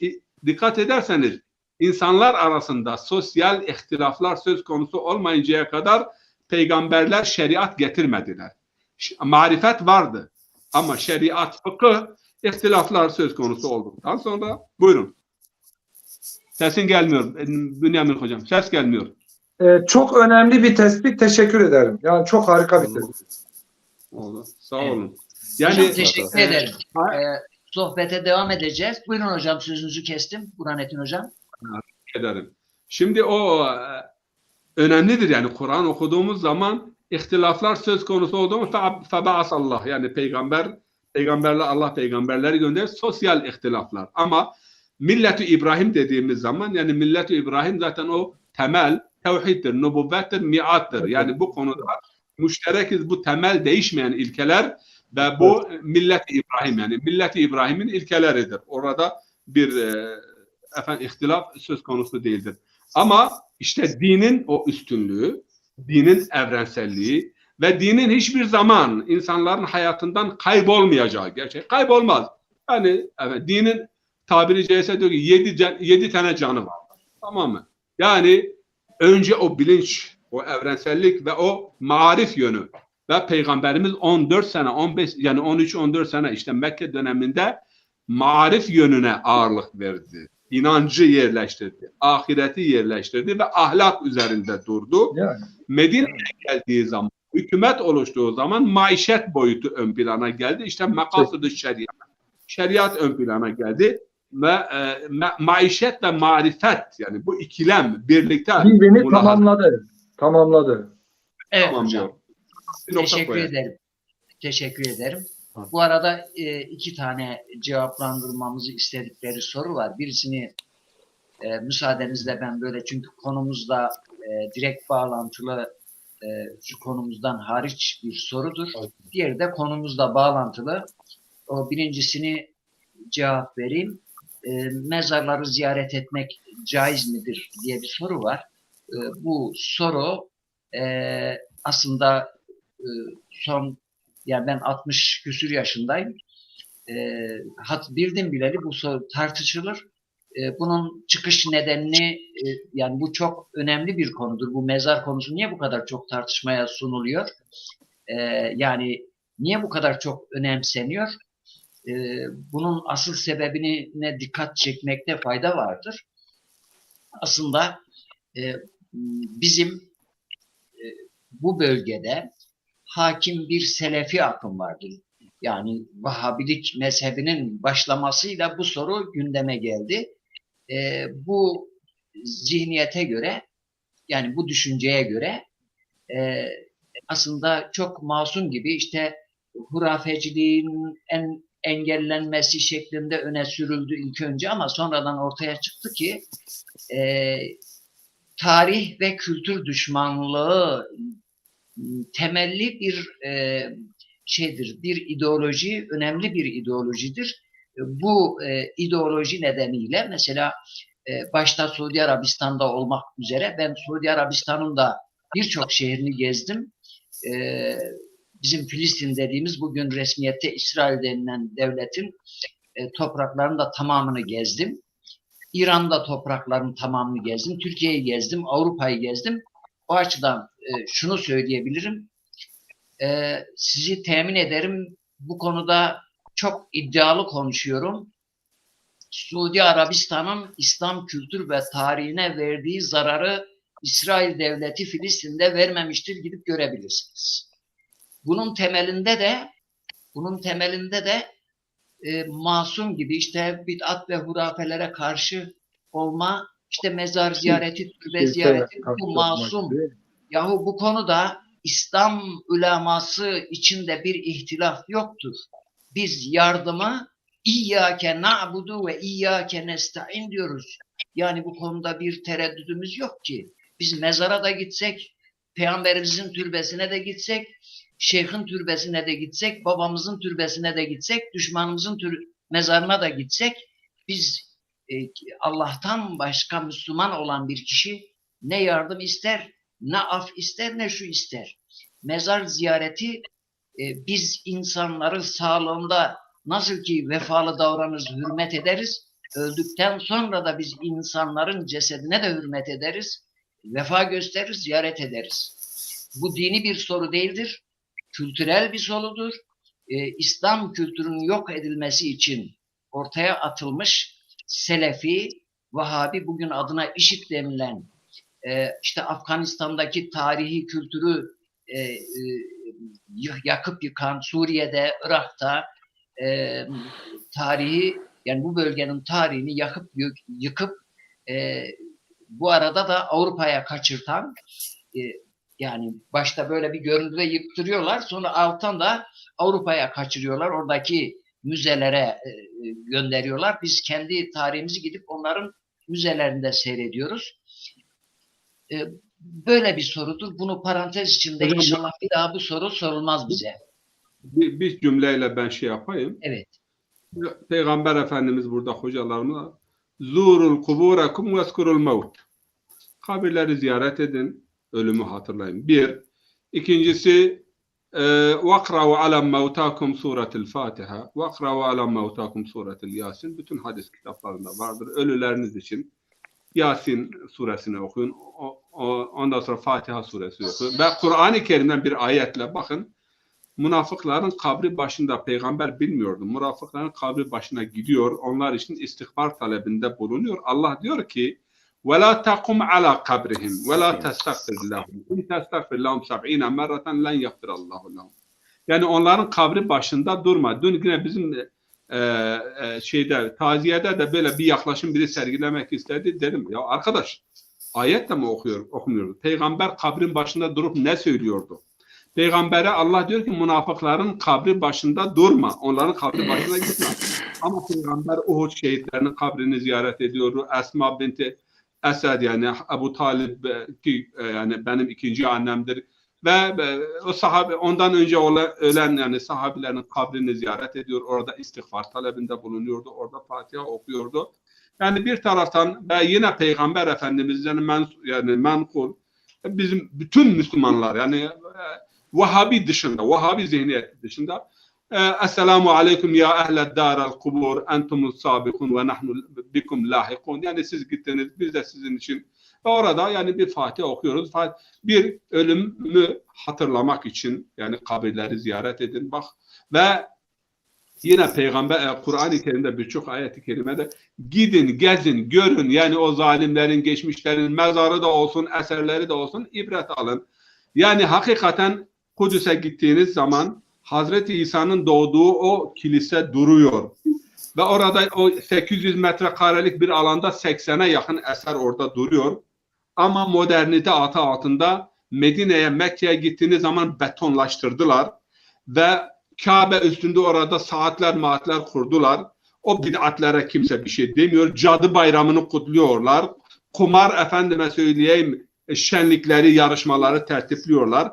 Bu bid'atlara kimse denilmiyor ama İslam kültürü, efendime mustahabbatına bunlar savaş açmışlar. Allah İslam alemini bunları şerrinden muhafaza eylesin. O kadar diyorum. Evet. Buyurun. Yani bu konuyu bu arada biraz uzunca bu soruya cevap verdik. İnşallah bu soru tekrar sorulmaz. Fatma Hanım'ın bir soru var. Onu da size. Onu Bünyamin hocam cevaplandırsın. Evet. Tamam. Bünyamin hocama soralım o zaman. Neydi? Şimdi İslam'ın Ya, yasakladığı şeyler var. Yani normalde dinin, neslin, ahlakın korunmasını İslam, Kur'an-ı Kerim'i okuduğumuz zaman mükemmel bir şekilde yani itiraz edemiyoruz. Mesela çok sayıda evliliğin olduğu o Arap toplumunda sınırsız sayıda evliliğin olduğu Arap toplumunda hiçbir hukukun olmadığı bu Arap toplumunda şu anda bile büyük devrim niteliğindeki Kur'an'ın mesajlarını biliyoruz. Aile hukuku konusunda, evlenme hukuku konusunda biliyoruz. Ama bugünkü dünyaya göre Müslümanlara bakıyoruz. Bugünkü dünyaya göre kadın hakları, çocuk hakları, hayvan hakları konusunda geri görünüyoruz. Neden? Bu Kur'an'ın mesajı insanların, bu Kur'an'ın güzel mesajları bu Orta Doğu insanının, 3. dünyadaki Müslüman ülkelerin hayatına giremiyor. Bu konuda cevap veriyor. Sanırım Fatma Hanım'ın sorusunun özü budur. Ben izninizle bu soruyla çok karşılaşıyorum her gün. Her gün Almanya'da bunu soruyorlar ama nikah kıydığımız zaman bir nikah kıydığımız zaman affınıza sığınarak diyorum ki mesela İslam hukukunda kadın ne kadar zengin olursa olsun maişetten, geçimden erkek sorumludur. Almanlar bunu dinlediği zaman öyle mi? Öyle. Yani kadın milyoner de olsun babasından veya aile için harcama erkeğin sorumluluğudur. Bu bir. İkinci bir husus yine nikah kıydığımız zaman diyoruz ki efendim sidak, yani samimiyetin ifadesi olan bir hediye, mehir diyoruz ya, Kur'an-ı Kerim'deki ifade sidaktır. Ve o da sadakatten geliyor. Yani insan sadakatini ispatlamak için mustakbel eşine bir hediye niteliğinde, bu altın olur, gümüş olur veya bu sadakat orada, bu da söz konusu değildir. Diğer taraftan şimdi İslam'da 2 evlilik bunu gündeme getiriyorlar. Ya 2 evlilik ne bir emirdir. İdeal evlilik Kur'an-ı Kerim'in ifadesiyle ideal evlilik bir evliliktir. Ama bak ben geçenlerde Irak'tan geldim. Fatma bacı siz de dinleyin. Irak'ta 1,5 milyon kadın dul, kocası öldürülmüştür savaşlardan. Amerika'nın yaptığı savaştan, Amerika'nın tahmil ettiği, yüklettiği savaşlardan dolayı sosyal devlette değildir. Yani bir kadın hayatını idame ettirebilmek için, hayatta kalabilmek için bir erkeğin himayesine ihtiyacı vardır. Yok, sosyal devlet yok. Sosyal devlette olsa kadın da ihtiyacı var. 2. Dünya Savaşı'ndan sonra biliyorsunuz ki Almanya'nın Köln şehrinde yani yüzlerce kadın, binlerce kadın sosyal yürüyüş yaptılar. Ya bu evlenme konusunda İslam'ın kanununu uygulayın. Ve sloganları onların halbeman besa asni, yani yarım adam hiç yoktan daha iyidir. Yani bu bir sosyal, eğer bir toplumda savaş yok ise, kıyım yok ise, insanlar ölmüyorsa zaten Allahu Teala'nın 50-50, 50-50 yaratıyor. 51-49'dur, 50-50'dir. Ama kıyımlar olduğu zaman hep erkeklerin gözüyle niye meseleye bakılıyor? Yani burada bu kadının hayatı, kadının güvencesi, bir kadın evlenmediği zaman ne kadar tacizlere maruz kaldığını, eziyetlere maruz kaldığını görüyoruz. Eğer bir toplumda savaş yoksa zaten normaldir. İkincisini alsan da bulamazsın. Ama Irak gibi, Suriye gibi başka yerlerde binlerce kadın, bunlar ekonomik teminat da yoktur. Yani başını sokacağı bir yer ve sarılacağı veya korumasına Burhanettin yani, Hocam, Burhanettin Hocam, yani Kur'an-ı Kerim'de ve Peygamberimizin sünnetinde bunu size sorayım. Çok eşlilik teşvik mi ediliyor yoksa ideal nasıl? eşlilik açık bir surette Kur'an-ı Kerim'de ideal eşlilik birdir. Ve çok eşlilikte de adalet bahsediliyor. Efendimiz'e her yönüyle adalet. Ve ama febi vahidetin hocalarımız burada yani ideal eşlilik efendim güzel eşlilik tek eştir. Ama yani çözümdür. O bir not Hatta, çözüm. Bir defa ben Hamburg Üniversitesi buyurun hocam. Hatta şunu diyeyim, yani aslında Kur'an'ın bazı hükümleri zamana vabestedir. Savaş gibi, harp gibi, yani zamana vabeste olan şeyleri genel bir hüküm olarak ele almak doğru değil. Bunlar mesela kıtlık döneminde bir insanın zenginliği ne kadardır?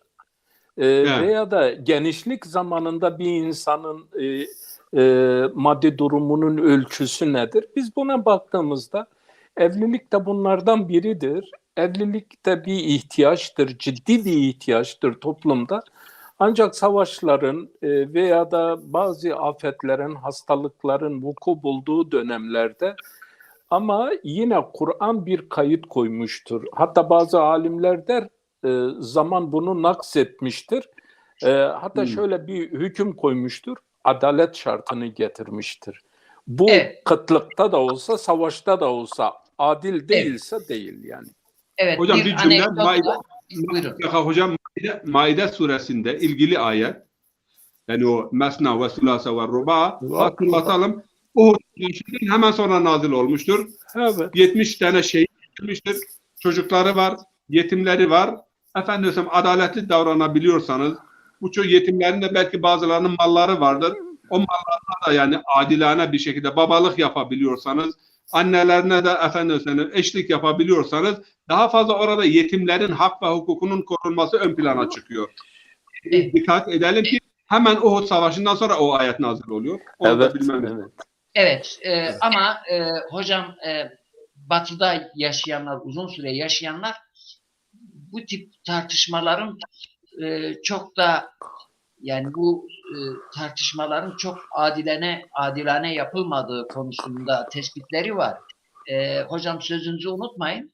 Bunu biliyorsunuz meşhur bir şarkıcı vardı, İngiliz şarkıcı. Yusuf İslam olduğu eski ismi neydi onun? Şimdi aklıma gelmedi. Cat Stevens. Evet. Bu çok ilginç bir şeydir.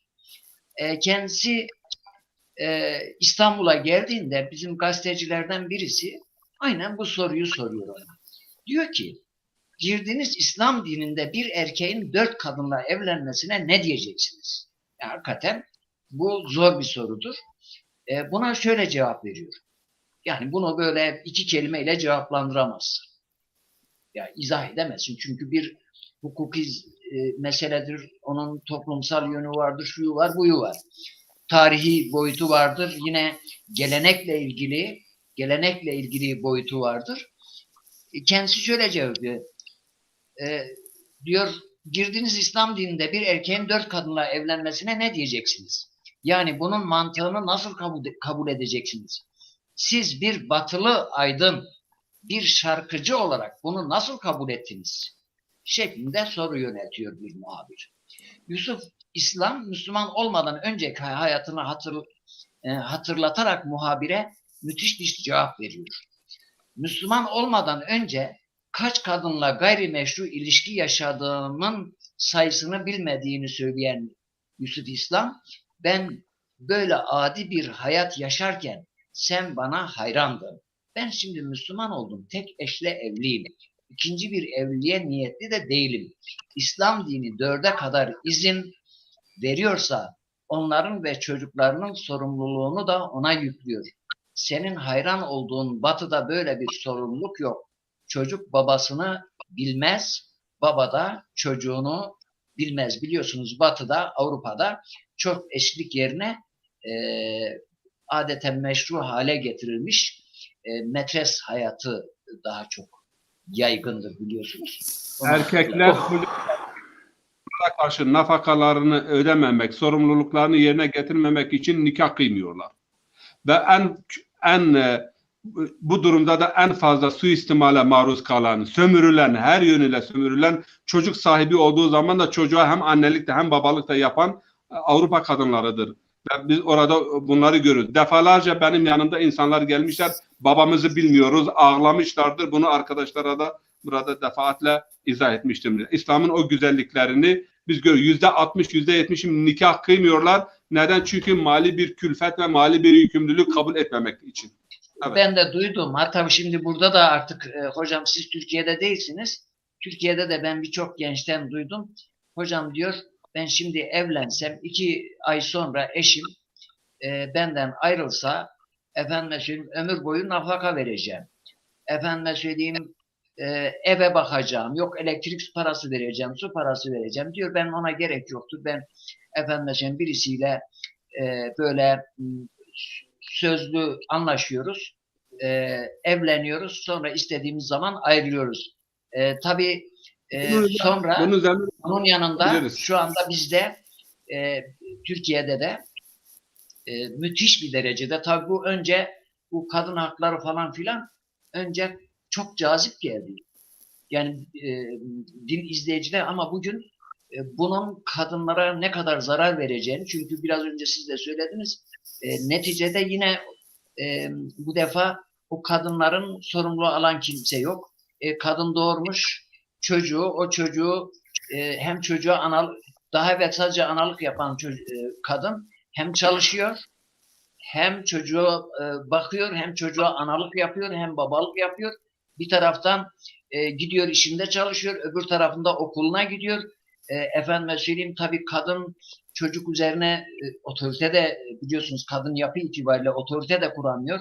O çocuğa hakim olamıyor. Yani nihayet 14-15 yaşına kadar söz geçiriyor. 15'inden sonra artık o çocuk bu defa zulüm olarak bu kadının üzerine baskı aracı olarak duruyor. Kadını iliğine kadar o çocuklar sömürüyor.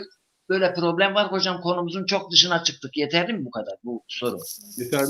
Yeter. Güzel açıklama yaptınız. Ben bir cümle ilave edeyim. Kadın konusunda İslam dünyasının farklı problemleri var. Avrupa'nın çok çok farklı kadın problemleri var.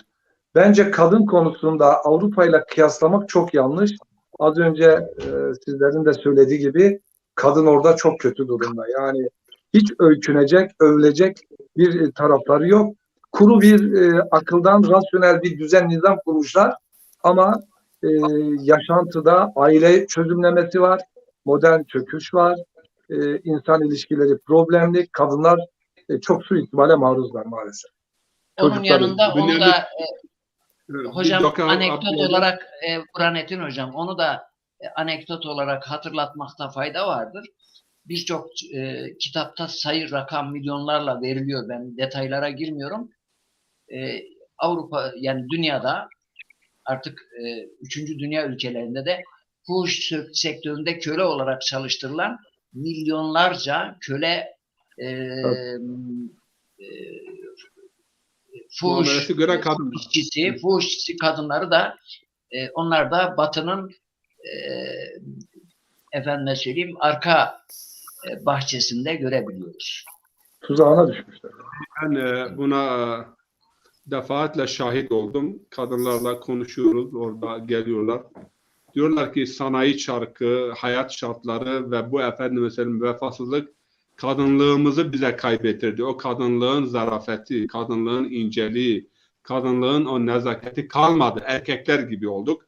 Bir diğer hususta bakın değerli bacılar, kardeşler, Avrupa'daki kadınlar öyle bir şekilde yani o şeylere maruz kaldılar, hayatın sıkıntılarına ve zorluklarına, giyiminden, kuşamından, efendim söyleyeyim yani tıraşından, taktığı saatten, efendim söyleyeyim giydiği ayakkabıya kadar erkekleşme, erkeksi yani davranışlar. Öte yandan da feminizmden bahsediyorlar. Buradan noktayı koyalım. Evet hocam. Burada noktayı koyuyoruz. Sanırım Bünyamin hocam şu anda meşgul. Cumali hocama, evet Bünyamin hocam Bünyamin siz Hoca gelirsiniz. Karışmıyorum. Zaten bu Yok akşam yok, sorun değil. Sorun değil. Zaten o soruyu da benim cevaplama gerek yok. Güzel cevapladı arkadaşlar. evet. Cumali hocam, Buyurun. konumuza dönüyoruz. Bir toparlarsanız tekrar konumuzu hatırlatalım. Dinlerin temel amaçları. Biz buna Osmanlıca ifadeyle, eski ifadeyle makasıdı şer'i, makasıdı şeriat, makasıdı şer'iye şeklinde ifade ediyorduk. Bugün artık dinlerin temel amaçları. Olayı bir de şu bakımdan biraz değindiniz ama aslında dinler bugün modern dünyanın dini tanıttığı gibi değil. Dinlerin inmesinin ve emirlerinin bir maksadı, bir amacı, bir faydası var.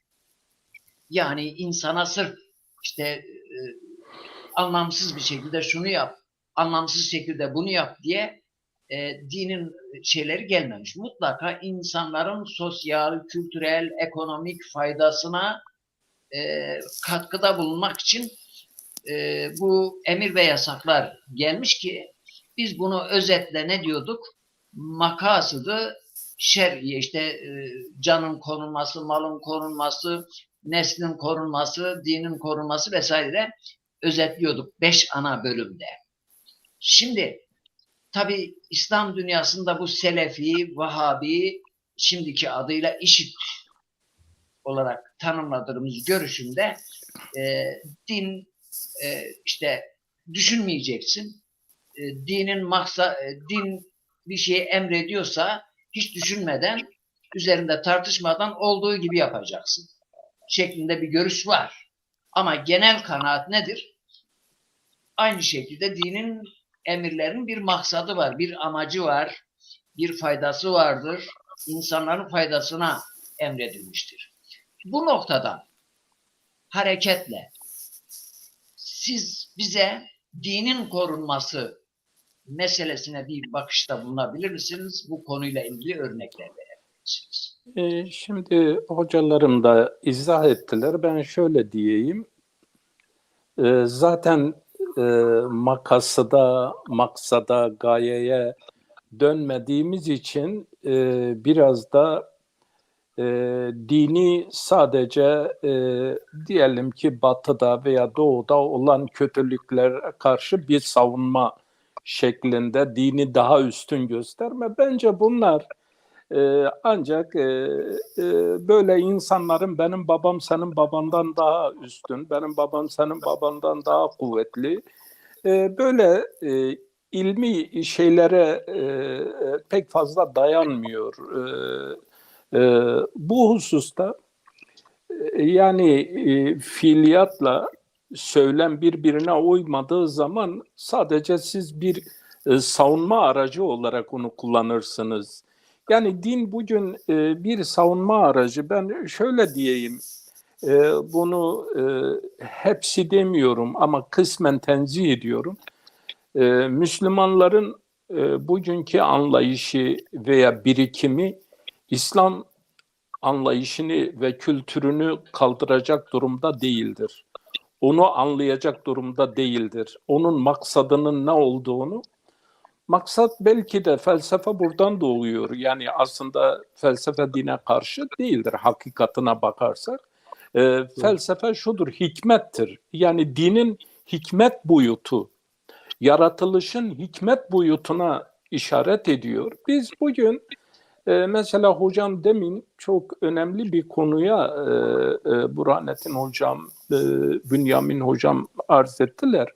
Mesela akla lüb, Kur'an'ın lüb demesinin hikmeti, ben mesela felsefecilerde Kant'ı çok beğeniyorum. Kant saf aklın kritiğini yaparken o da İslam ulemanın lübü, yani diyor ki içtihat ancak saf akılla olur. Yani saf aklın rehberliğinde. Bediüzzaman Hazretleri de muhakamatın başında diyor o akıl olmalı. Ki bu lübbe işaret ediyor. Yoksa delinin de bir parça aklı vardır.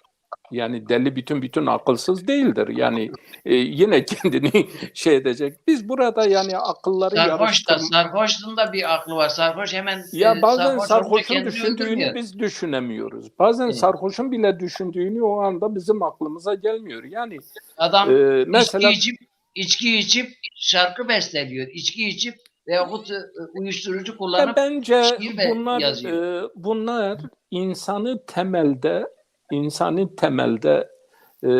bana göre dinin hani makasıdına biz yönelen bir toplum değiliz.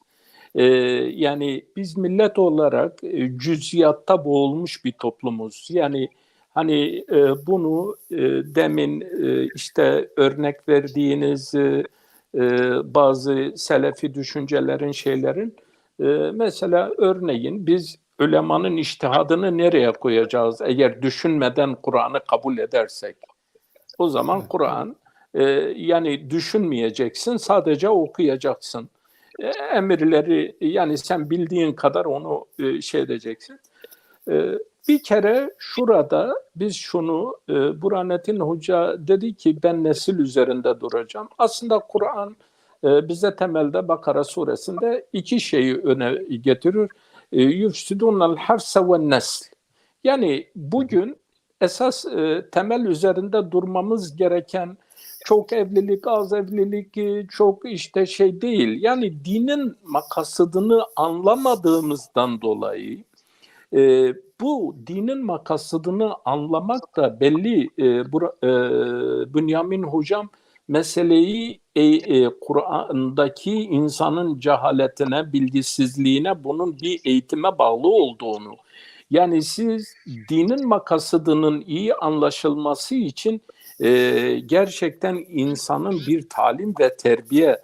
Biz bunu da nereden biliyoruz? Kur'an-ı Kerim diyor ki biz Adem'i yaratırken Burhanettin Hocam da buna çok güzel işaret etti.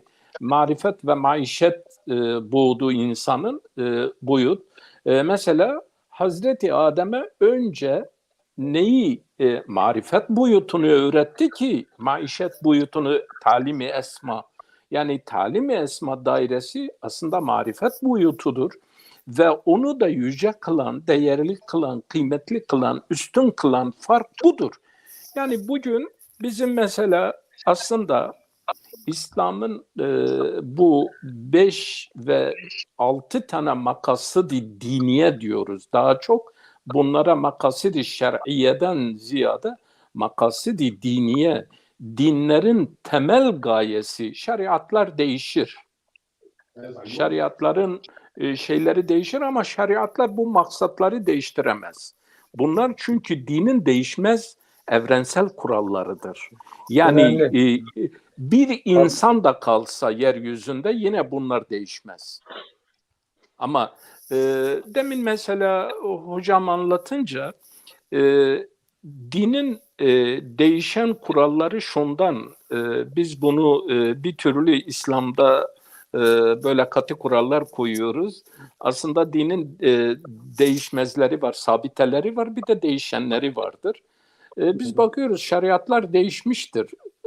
Çünkü Allah Celle Celaluhu zamana göre zaruriyetler, insanların zaruriyetleri farklı olacağı için onun için belli kaideler koymuş. O kaideler değişmez. Zaman da geçse, mekan da geçse, siz Amerika'da da olsanız, Çin'de de olsanız bunlar aynıdır. Suudi Arabistan'da da, Türkiye'de de olsanız bunlar değişmiyor. Fakat diğerlerine gelince akıl yürütmeyi, mesela İslam'da hakikaten vahiy esastır.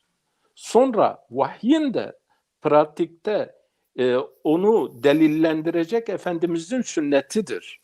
Ve ondan sonra da biz buna mesela bazı İslam alimleri buna gelenek de eklemişlerdir. Doğru.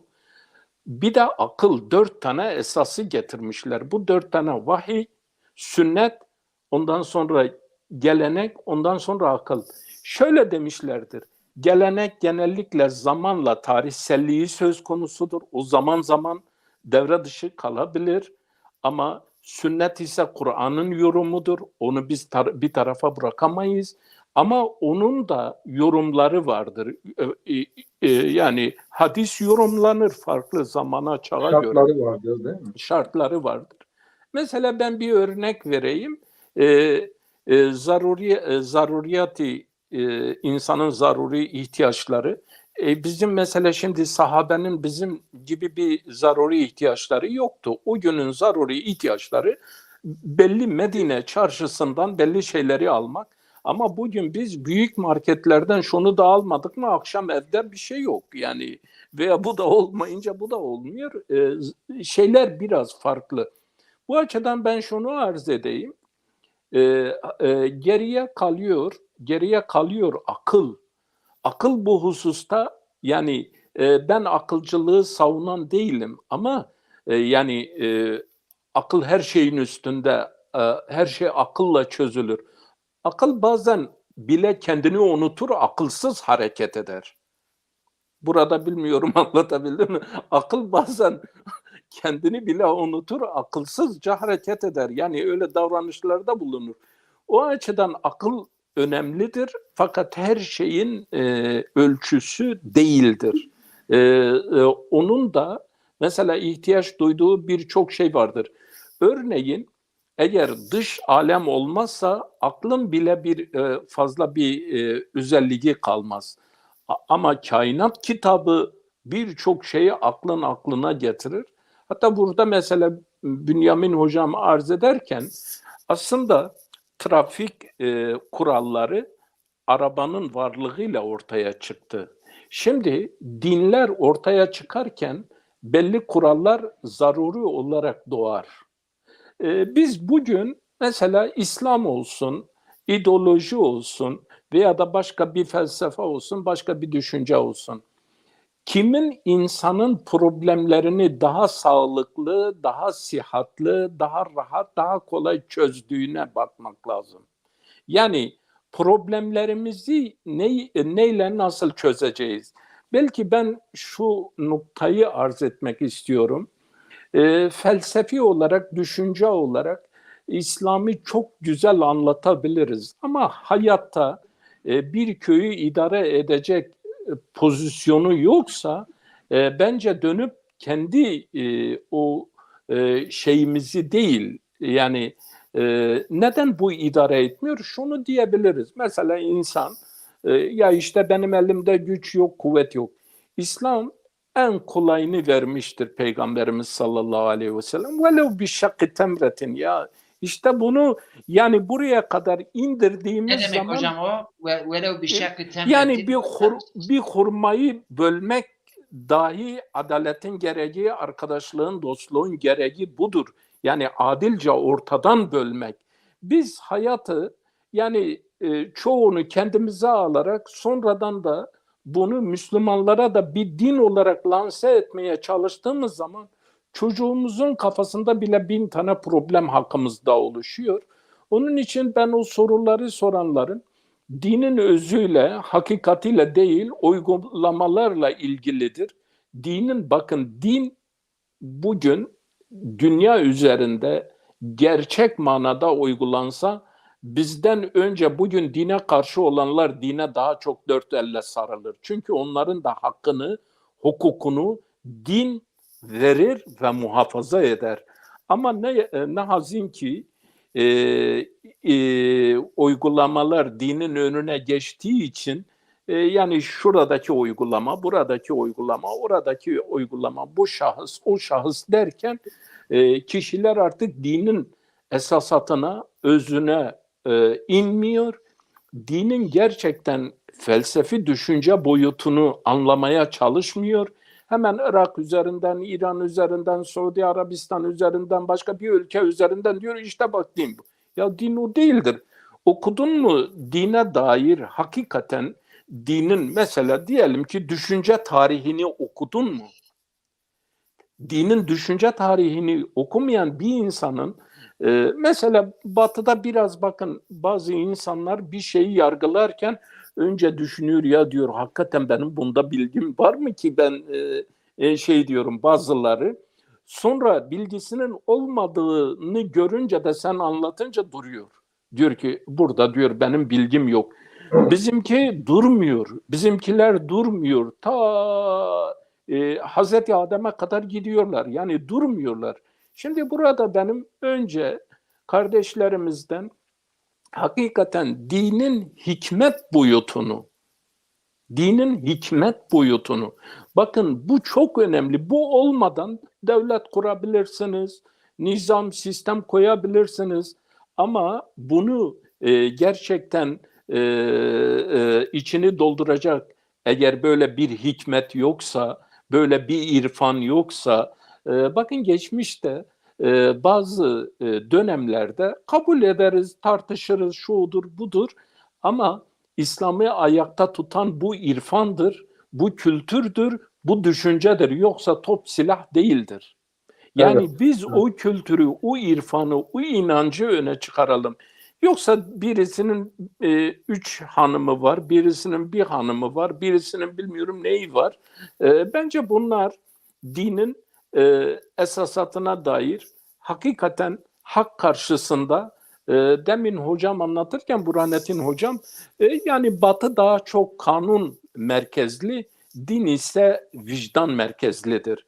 Onun için bütün dünya sosyologları, pedagogları ve psikologları derler ki hiçbir kanun vicdan kadar etkili değildir. Yeryüzünde kötülükleri yani revize edecek en büyük şey vicdandır. Vicdan mekanizması nedir?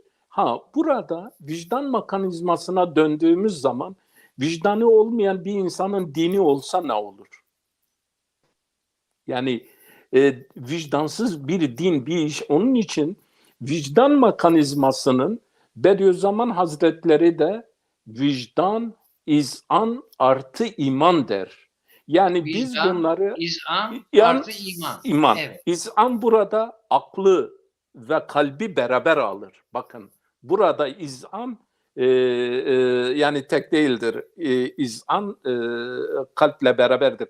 İslam bir yerde hani hocam daha iyi bilir efali müteradifeler ayrı ayrı olunca farklı manalar ama biri olunca diğerlerinin de anlamını kendinde cem eder. Burada izan yani kalpten ayrı değildir, kalple beraberdir ve ondan sonra iman. Ama maalesef Kalbi ve akli idrak. evet yani tek taraflı değil burada onu demek istedim aynı dediğiniz gibi. Yani vicdan mekanizmasını çocuklarımızda, nesillerimizde ve izan mekanizmasını ve sonra iman mekanizması zaten rahat işler. Eğer önünde izan ve vicdan mekanizması işlemiyorsa iman nasıl işleyecek? İman yani tarafgirliğe düşecek, şurada hakkı inkar edecek, burada işte kendi payına düşeni toplumun mesela menfaatini ona feda edecek. Bütün bunları insanı bir bütünlük olarak yani İslam insanı daha doğmadan ve vefat ettikten sonra da İslam'ı bırakmıyor. Ama kanunlar öyle değildir. Kanunlar insan doğduktan sonra, insan ölünce de biter. Yani kanun o kadardır. Fakat din öyle değildir. İnsanın ezelden ebediyete bütünüyle hayatını kapsayan bir şeydir. Bu yönüyle ben fazla uzatmayayım ama gerçekten biraz daha böyle konuları ilim, bilim, hikmet ışığında Burhanettin hocam olsun, Bünyamin hocam olsun hakikaten hikmet ışığında meseleleri ele almak çok önemli. Yoksa geçmişte zaten bunlar müştehitlerin içtihatlarından dolayı ben burada bununla bitireyim. Evet. Yani Bediüzzaman şunu hatta öyle ifade eder. Şu anda İslam aleminde müştehidin içtihadı birçok şeyin önüne geçmiştir, perde olmuştur diyor. Belki de meselelerimizi kırmadan, dökmeden o ulemana ciddi saygının ifadesi olarak yeniden çağımızın yani zorlayıcı şartları karşısında ele almak zorundayız. Böylelikle ben sözü arkadaşlar bırakayım. Teşekkür ederiz. Hocam çok iyi bir noktaya geldik şimdi. Evet, güzel bir konu. Güzel Bir orada kaldığımız yerden Bünyamin hocama son bir sorum olacak. Çünkü süremiz 20 neredeyse tam 1 saat olacak. Böyle 1 saati çok fazla aşmamaya çalışacağız. 1,5 saat. 1,5 saat. Şu an 2 saate geliyor. 2 saat. 2 saate geliyor. 2 saate 2 saate geliyor. yaklaştı. Evet. Evet. Bana o Yavaş kadar akıcı geliyor ki ben burada mesela hiç ara vermedim. Sadece bir 9, kahve içtim. 9 dakika sonra 2 saat oluyor. Yani benim gibi yerinde oturamayan bir adam 2 saat oturup sizi dinleyebiliyorsa izleyicilerimiz çok iyi izlemişler demektir. Bünyamin hocam, Teşekkür son ederim. soruyu soralım. 2 saati aşmışsa. İyi, biz de kısa tutarız, bir şey olmaz ya. Benim saatim yanlış. Benim bu bilgisayar saatim yanlıştır. Şimdi kaç zamandır düzelteyim diyorum. Düzeltmemişim. Özür dilerim. Doğrudur. Bünyamin hocam şu noktayı biraz açın ama mümkün mertebe böyle daha kısa, çünkü 2 saati aştıysa biz bir dahaki hafta konuya devam edebiliriz. Şimdi 5 temel esası saydık. İşte canın korunması, aklın korunması, neslin korunması vesaire dedik. Aslında bütün ideolojilerin, bütün düşünürlerin insanlık için yararlı bir düşünce sunan herkesin temel hedefi bunlardır. Ama İslam dininin burada diğer ideolojiler, özellikle çağdaş, günümüz çağdaş insan kaynaklı ideolojilerden farkı, Bünyamin hocam, Cumali hocam şöyle temas etti. Arada şu fark var dedi. Buna katılıyor musunuz? Başka eklemek istediğiniz var mı? Evet, yani zaten en önemli nokta da burada yatıyor. Bediüzzaman Hazretleri diyor ki akaidi hükümleri diyor kavi ve meleke haline getiren diyor ibadetlerdir. Yani İslam'da akaid, yani teorik inançlar, önermeler aynı zamanda pratize edilerek, uygulanarak, hayata aktarılarak bütünleşir ve tamamlanır. Birbirinden ayrı düşünmez. Yani mesela iman ve amel bütünlüğü başlı başına birbirinden ayrılmaz bir bütündür diye yaklaşanlar var ve böyle değerlendirenler var. İman, amel ve ahlak. İman, amel bir bütün, yani ahlak da amel içinde ya. Evet. Dolayısıyla teorik ve pratik iç içedir. Şimdi Batı'ya baktığımız zaman sizin de belirttiğiniz gibi hakikaten onlar da güzel dünyalar kurma adına bir şey kurmuşlar, yani hukuk düzeni, kendilerine göre bir ahlak geliştirmişler. Bu bir gerçek. Ancak İslam'ın temel farkı var böyle bir yapıdan. Önce Müslüman, İslam, yani vahye dayalı dinler ve özelde de İslam, bireyi inşa ederken bireyi önce temelini esas alarak inşa eder ve bireyi çok önemser. Bireyin bakış açısını, ondan sonra yaşam biçimini, tarzını ele alır. Önce iman esasını, mesela iman hakikatini ona yerleştirir. Der ki sen kendini hiç kimseden büyük sanma. Bütün kainatı yaratan bir Rab var. Her şeyi yaratan yüce bir Rab var. Sen bu dünyada geçici, yanıp sönen bir varlıksın der. Bu bireye, Allah, bütün kainata hakim olan bir Allah'a iman etmek, bireyi tüm diğer beşeri sistemlere mensup diğer insanlardan ayırt eder. Bir defa burada gurur en başta kırılıyor. Siz bir yüce güce, bir yüce yaratıcıya teslim oluyorsunuz. Yani bu çok önemli bir ayrımdır.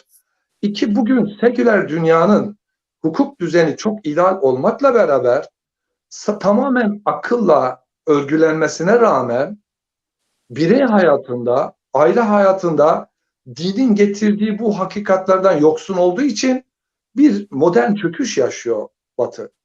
Az önce kadın boyutunda arkadaşlar örnek verdiler. Aile zaten çözümlenmesi var. Evlilik zaten çok ileri yaşlara bırakılmış. Evlenmiyor, birlikte yaşama söz konusu. İslam'ın 4 evliliğine karşı çıkanlar tek nikahlı ama çok evli yaşamayı gayet güzel görüyorlar. Batı'da öyle yani. Şimdi Batı'nın bu anlamda zaten öykünecek, heveslenecek hiçbir tarafı yoktur. Şimdi İslam bir yandan bireyi inşa ederken bir imanı, yani bir iman etmesini önceliyor. Bir de ubudiyet boyutu var mesela. Şimdi düşünüyorum da namaz kılan bir bireyde Cenab-ı Hak hep benim en çok şeyime giden, Kur'an'da en çok beni etkileyen ve Allah'ın asıl maksadı, insan özelindeki asıl maksadını anladığınızda çok daha iyi şey oluyor, kendini gösteriyor. Diyor ki Allah temizlenenleri sever diyor. Yani adeta İslam'ın hükümlerinin büyük kısmı insanın temizlenmesini esas almış. Demek ki insan temizlenmeyince hani kad eflaha men zekkaha diyor. Vakat habe men desaha, onu kötüye kullananlar battı, boğuldu değil mi? Gitti. Şimdi namaza bakıyorsunuz. Şekilde seremonik bir yapısı var yani namazın. Bir seremonisi var. Ama asıl gaye yine temizlenmektir.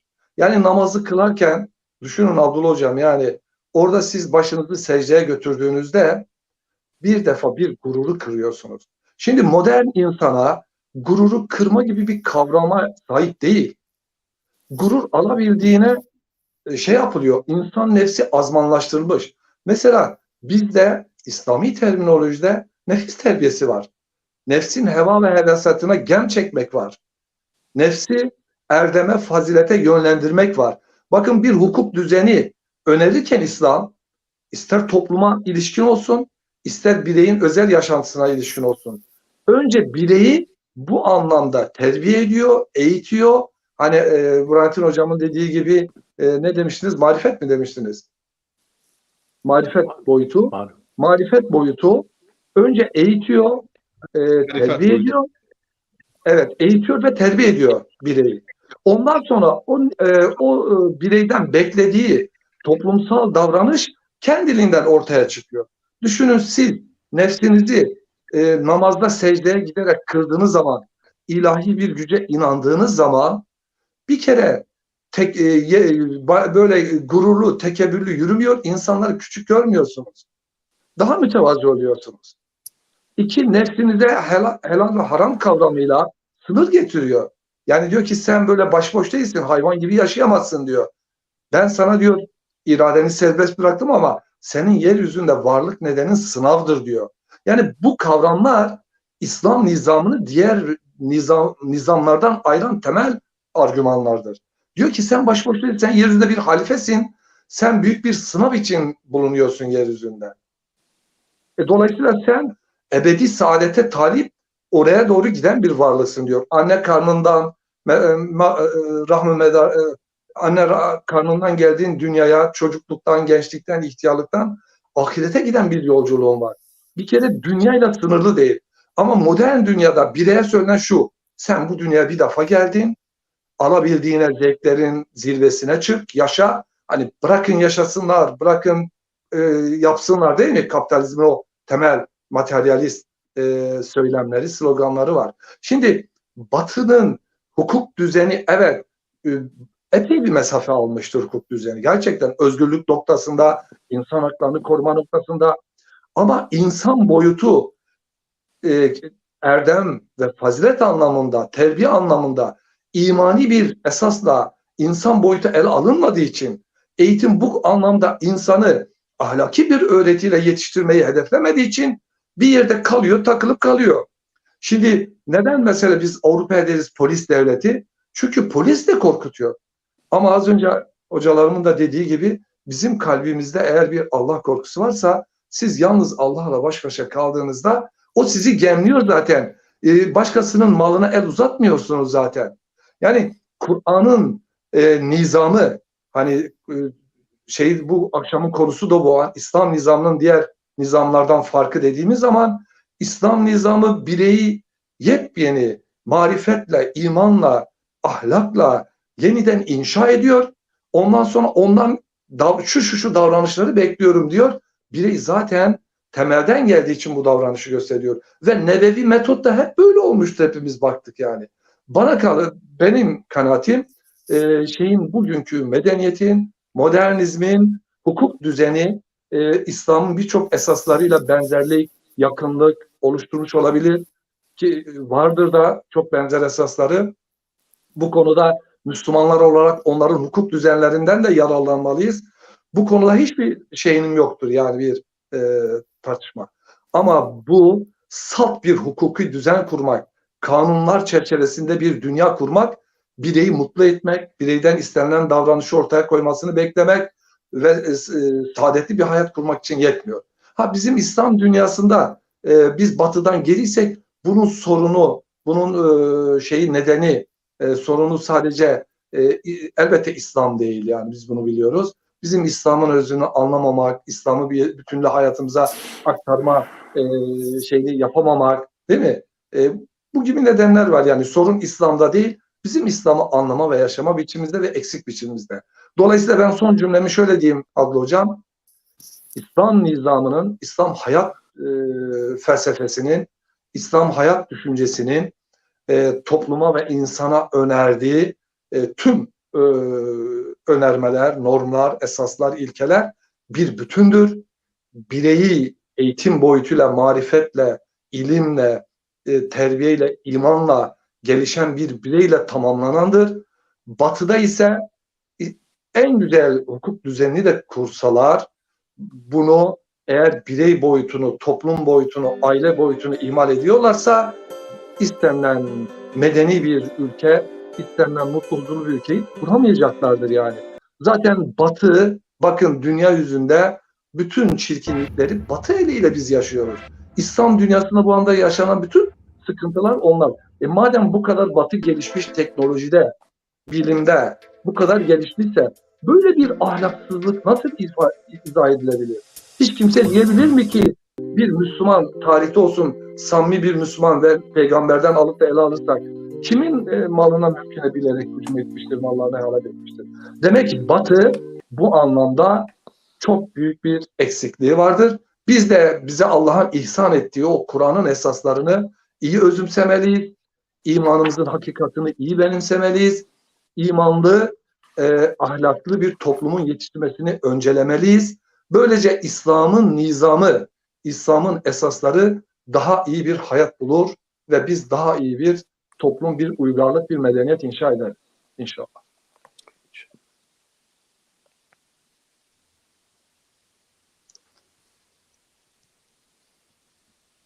Sesin gelmiyor Abdullah Hoca.